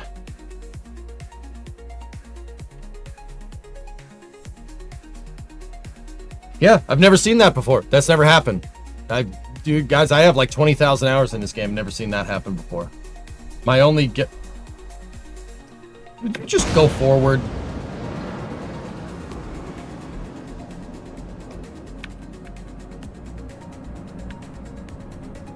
Yeah, we're fine. We're not fine. We're fine aerodynamic-wise. We are not fine crashing the vehicle-wise.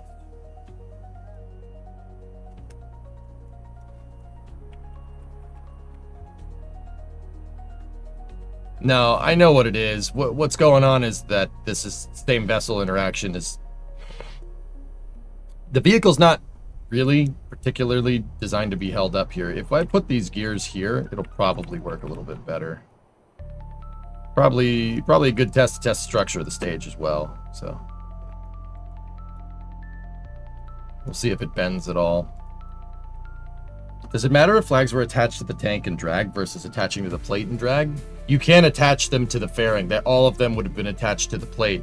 But who knows how many of them the game ate and applied to it. Fellas, I would remake the fairing at this point. I would just remake it. Let me just do one more test. I want to see it. Clearly, it's not affecting it anymore.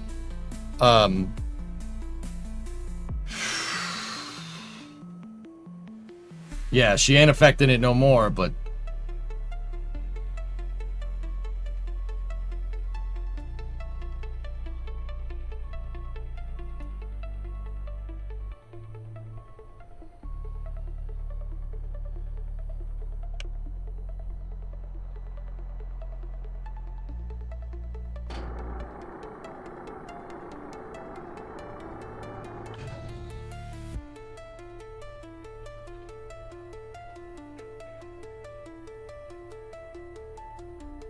I don't like our tolerances there. We should tighten that up.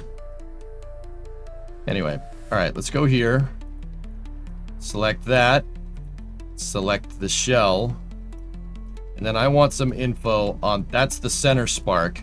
And then I want to take a spark that's up top. So our center spark is down the bottom here.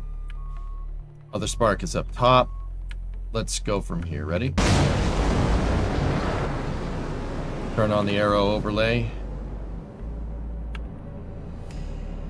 Get it up to 100. All right, where are we at? So we're not making any drag here.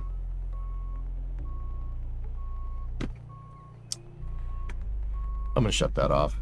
The beeping noise on Starbase Live. So the total drag here is 23.394 kilonewtons. Hang on, let's just bring the landing gear into it.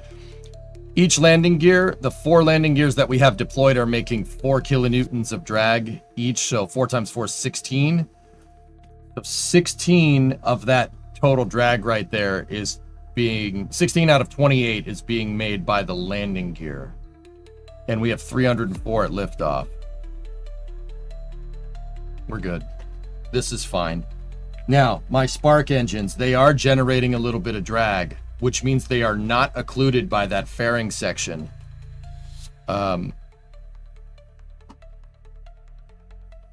fairing is making 1.5 kilonewtons of drag.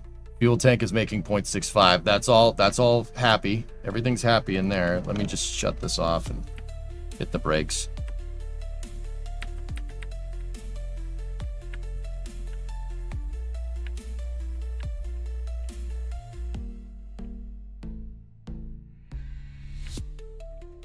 Yeah, we might want to get off the runway here.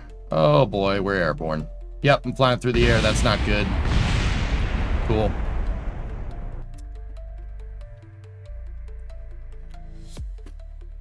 All right. I like what I see. This is fine.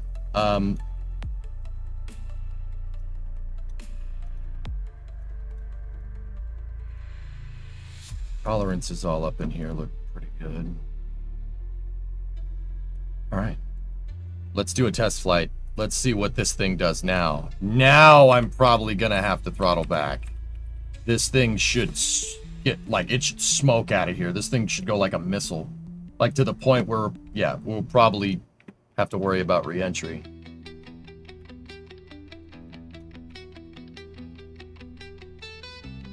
Like re-entry heating on the way up. This thing's gonna go. She's gonna go hard. Horizontal launch system. Moving test stand. Yeah. There's pills for that issue. No. We just gotta tighten it up. You know what I mean? Tighten it up, Bob. Just gotta tighten it up, dude. All right. Bring an engine overclock back down. No. Let's keep it like this so we can see if we... So, rockets, I'm going to launch it with this crazy amount of push behind it. Right? I'm going to launch it with a crazy amount of push, and we'll... I'll move my throttle percentage to where the appropriate thrust to weight is, and we'll see how much thrust we need to produce out of these motors. Right? T-minus 10, 9, 8, 7, 6, 5, 4, 3, 2, 1. Yeah, 1.46 out of the gate is actually pretty okay. We might want to maybe dial it back to like there.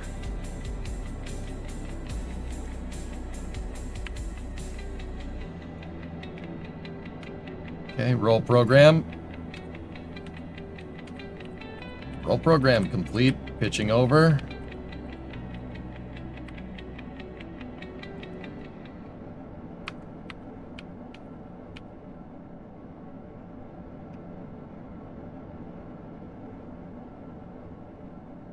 Yeah, this is okay. We got to throttle back. That's fine.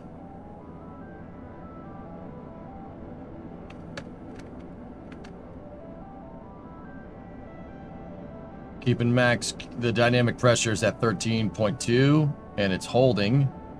That's good. Okay, we're max Q. Vehicle's now supersonic, or not supersonic, we're transonic right now. All right, start pitching her over. 280, 290 at 10 is good. Throttling back up.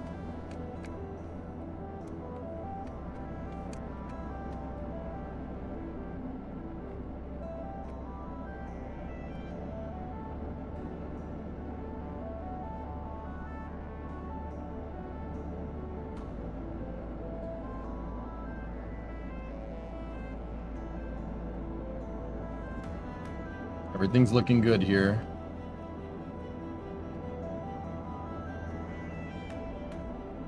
All right, stand by for Miko. There's Miko right there.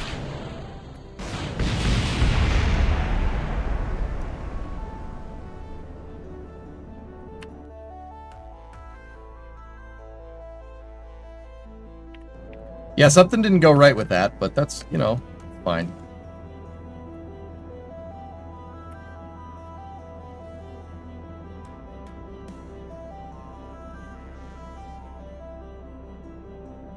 Where did our stage apogee sit?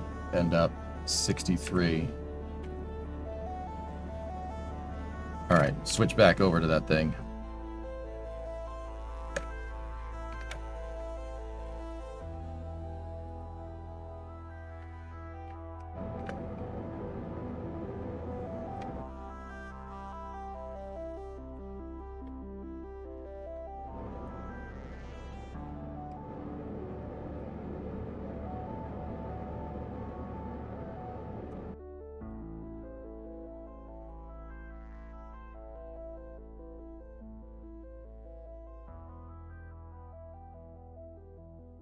Be close. I don't think that's enough. Hey Rob, what's going on? Nice rocket. Thanks, man. So we gotta have to we have to wait until we get above 70 here. But then again, that was an extraordinarily inefficient boost back burn. But we did it. Okay, we're above 70. Switch back to the second stage.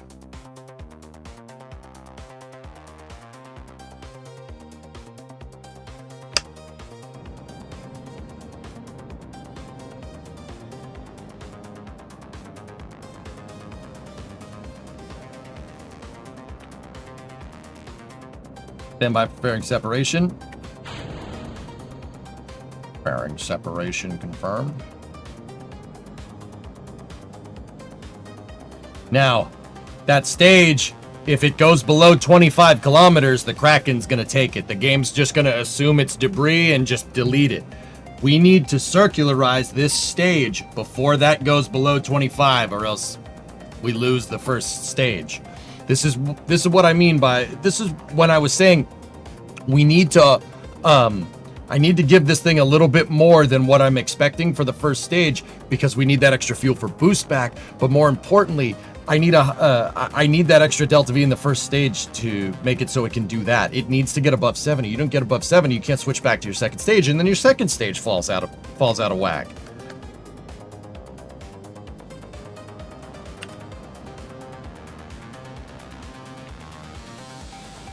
But your second stage simultaneously also needs a lot of thrust to weight. It needs more TWR. The reason why it needs more is because if I don't circularize before we get below 20, before that thing gets below 25, we're gonna have a bad day. But it does look like it's coming down. It's gonna come down over KSC, which is good. This thing really needs to go, man. How much burn time do we have left? 30 seconds?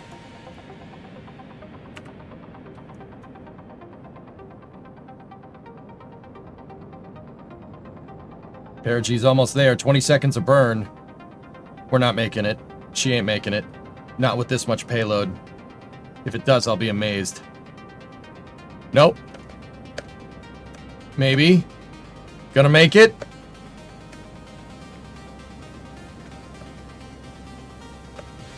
Okay. 70 by 98. She's good. Back to the first stage. We made it.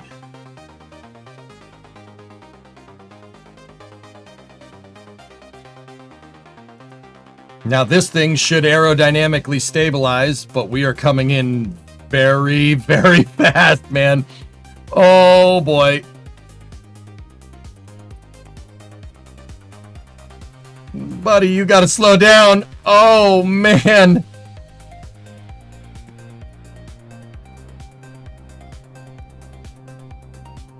Coming in straighter like this means less time in the atmosphere because we're coming straight down. So, oh, I don't know if we have enough, dudes.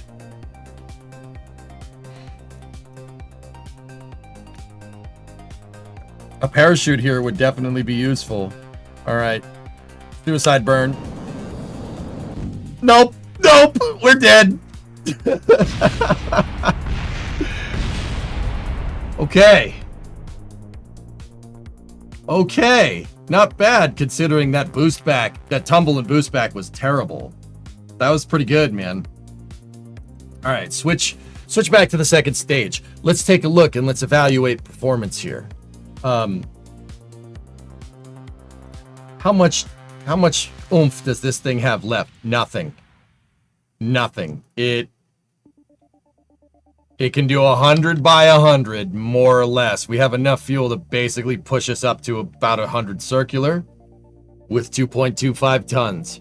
Not bad. That's pretty good. If we had used all of our first stage fuel, just as we said, this would have made it easily. Pretty good, right? Now, what does this mean? Well, my first stage boost back was horribly inefficient. It was horribly inefficient. I could have done that for about half the fuel that we ended up using with that stage if I had action groups configured, if we had some reaction control systems, if we had some steerable grid, if I had some grid fins or something on, well, not grid fins, control surfaces on the stage for when we're coming down. There's a bunch of things that we could have done. That boost back was pretty bad. But even despite that terrible boost back, staging at 900 meters a second velocity, if we pop the second stage at 900 meters, this will make it. It'll make it, and it'll make it in time for the first stage. And that, look, check that out, man. We weren't that far off from what our modified stakeholder expectations are. 2250 kilos to about 100 by 100. We're 98 by 70. We can use the rest of the first stage fuel, or we could use the RCS to get us there.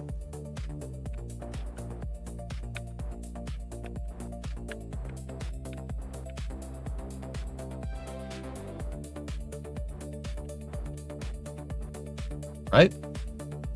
Where are we? Are we closer to AP? Yes, we are. Check this out.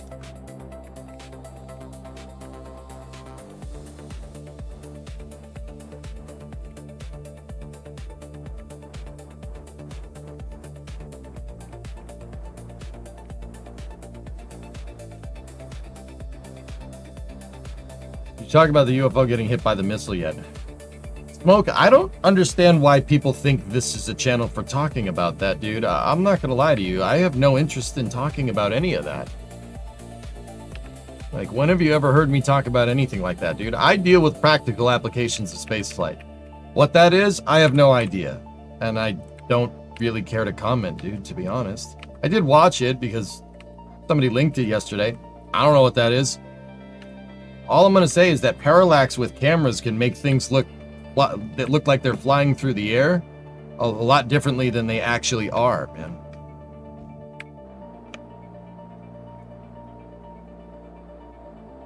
But I just not really interested.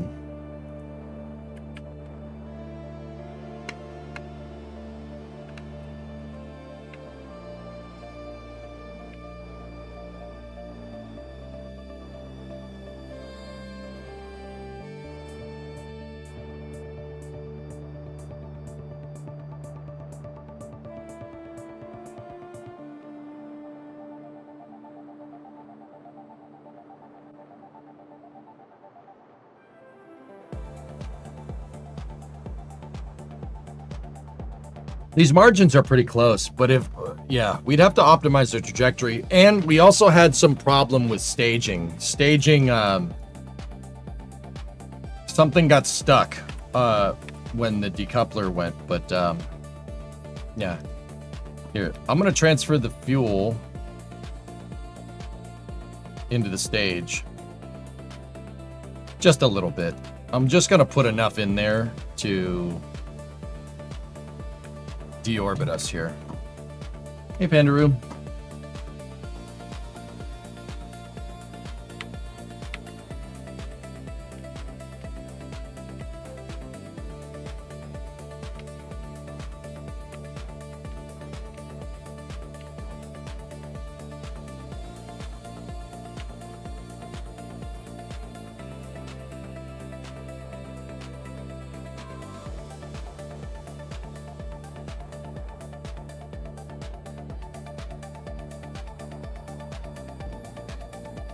Deorbit. Okay. Well, we're on a deorbit trajectory. We're suborbital. Let's test payload deployment. First of all, just feel out the maneuverability on the stage.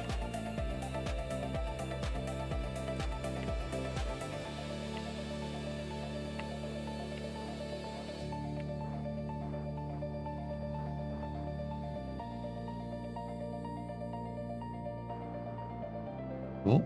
All right. Payload deployment. Works great.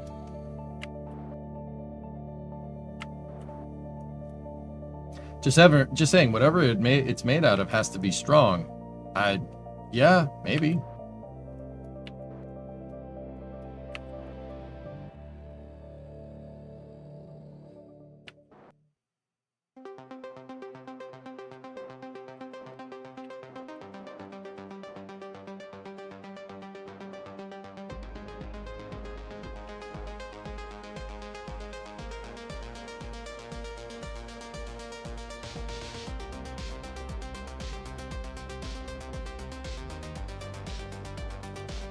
Okay, just bye-bye. What was that about? Hold on. We encountered a pitch moment there. Why?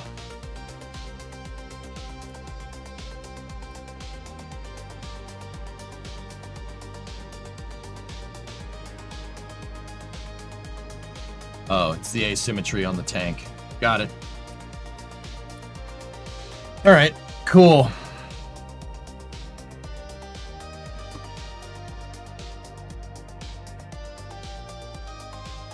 Just curious on your take and what could be about an alien. All right, Smoke, like, here's the thing. Why does this stuff always happen? Anytime, UAP people really haven't answered this one for me, and it's quite you always notice this. Why does this UAP stuff always happen in a remote area where no one can see it? It happens like at, I don't know, the Reagan missile testing site, or the, Nellis Air Force Base weapons range, or the Dugway Proving Grounds or something, or, somewhere out in the desert. Why does it always happen in remote areas where there just happen to be government test facilities? Why? Why does that always happen? Why doesn't this happen over New York?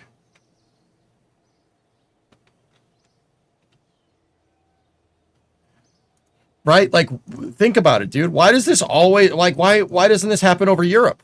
Why doesn't this happen over Russia? Right? What's that about? It always just happens in government test ranges. That's weird.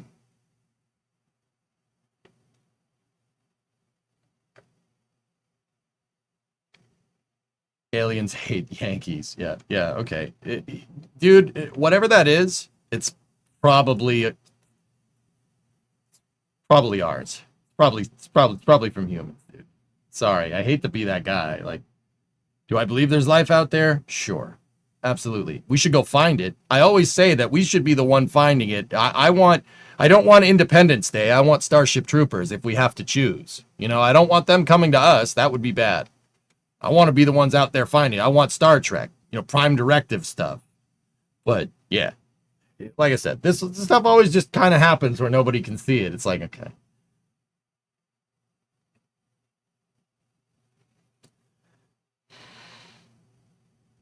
Good point. Yeah, exactly, man. Everybody has cameras, dude. If you're on social media, everybody has cameras that's filming everybody do something stupid 24/7. We don't have some clear UFO footage. That's weird.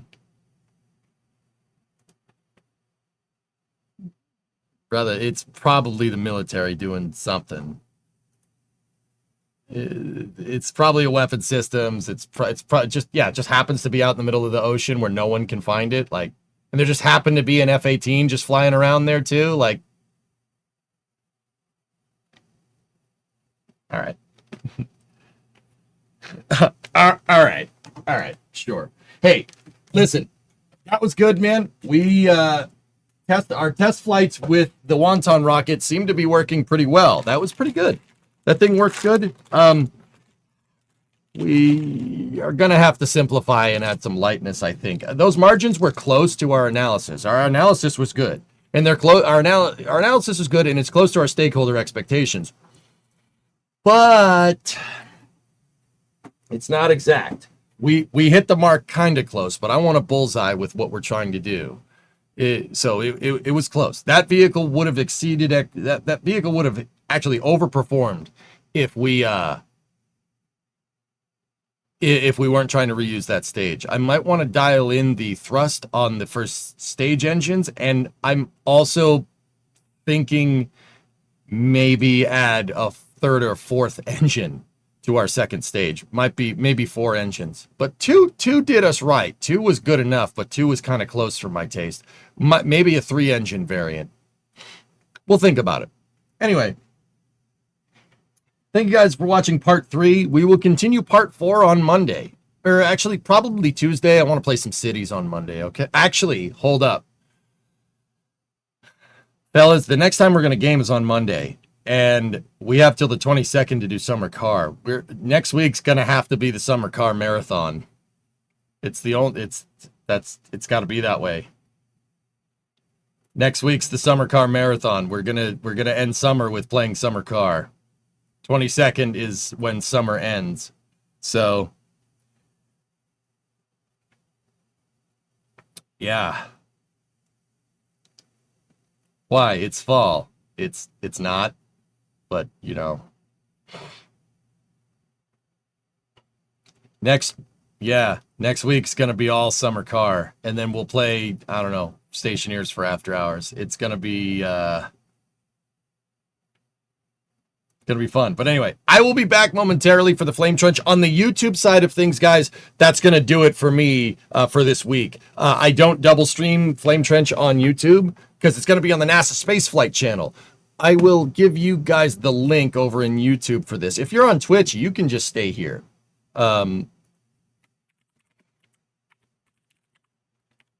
Yeah, you can just stay here. Let me give you the link. So, I will see you guys all over there. On YouTube, stand by for loss of signal as expected. And I'll see you guys next week. And I will talk to Twitch chat on the other side of Flame Trench. But Flame Trench will be broadcast here, and I am watching chat. So I probably won't be able to talk to you guys as much, but that's Flame Trench. It is a weekly informal show about talking about, well, what happened during the week in spaceflight. All right. I will see you guys. I'm running a little bit late because we wanted to get that last test flight in. But yeah, I'll see you guys in a minute on YouTube. I'll see you next week. Stand by for loss of signal over there. And on Twitch, just stay here. I'll be back in 20 minutes. 20 minutes. Thank you very much for watching. I'll see you in a bit.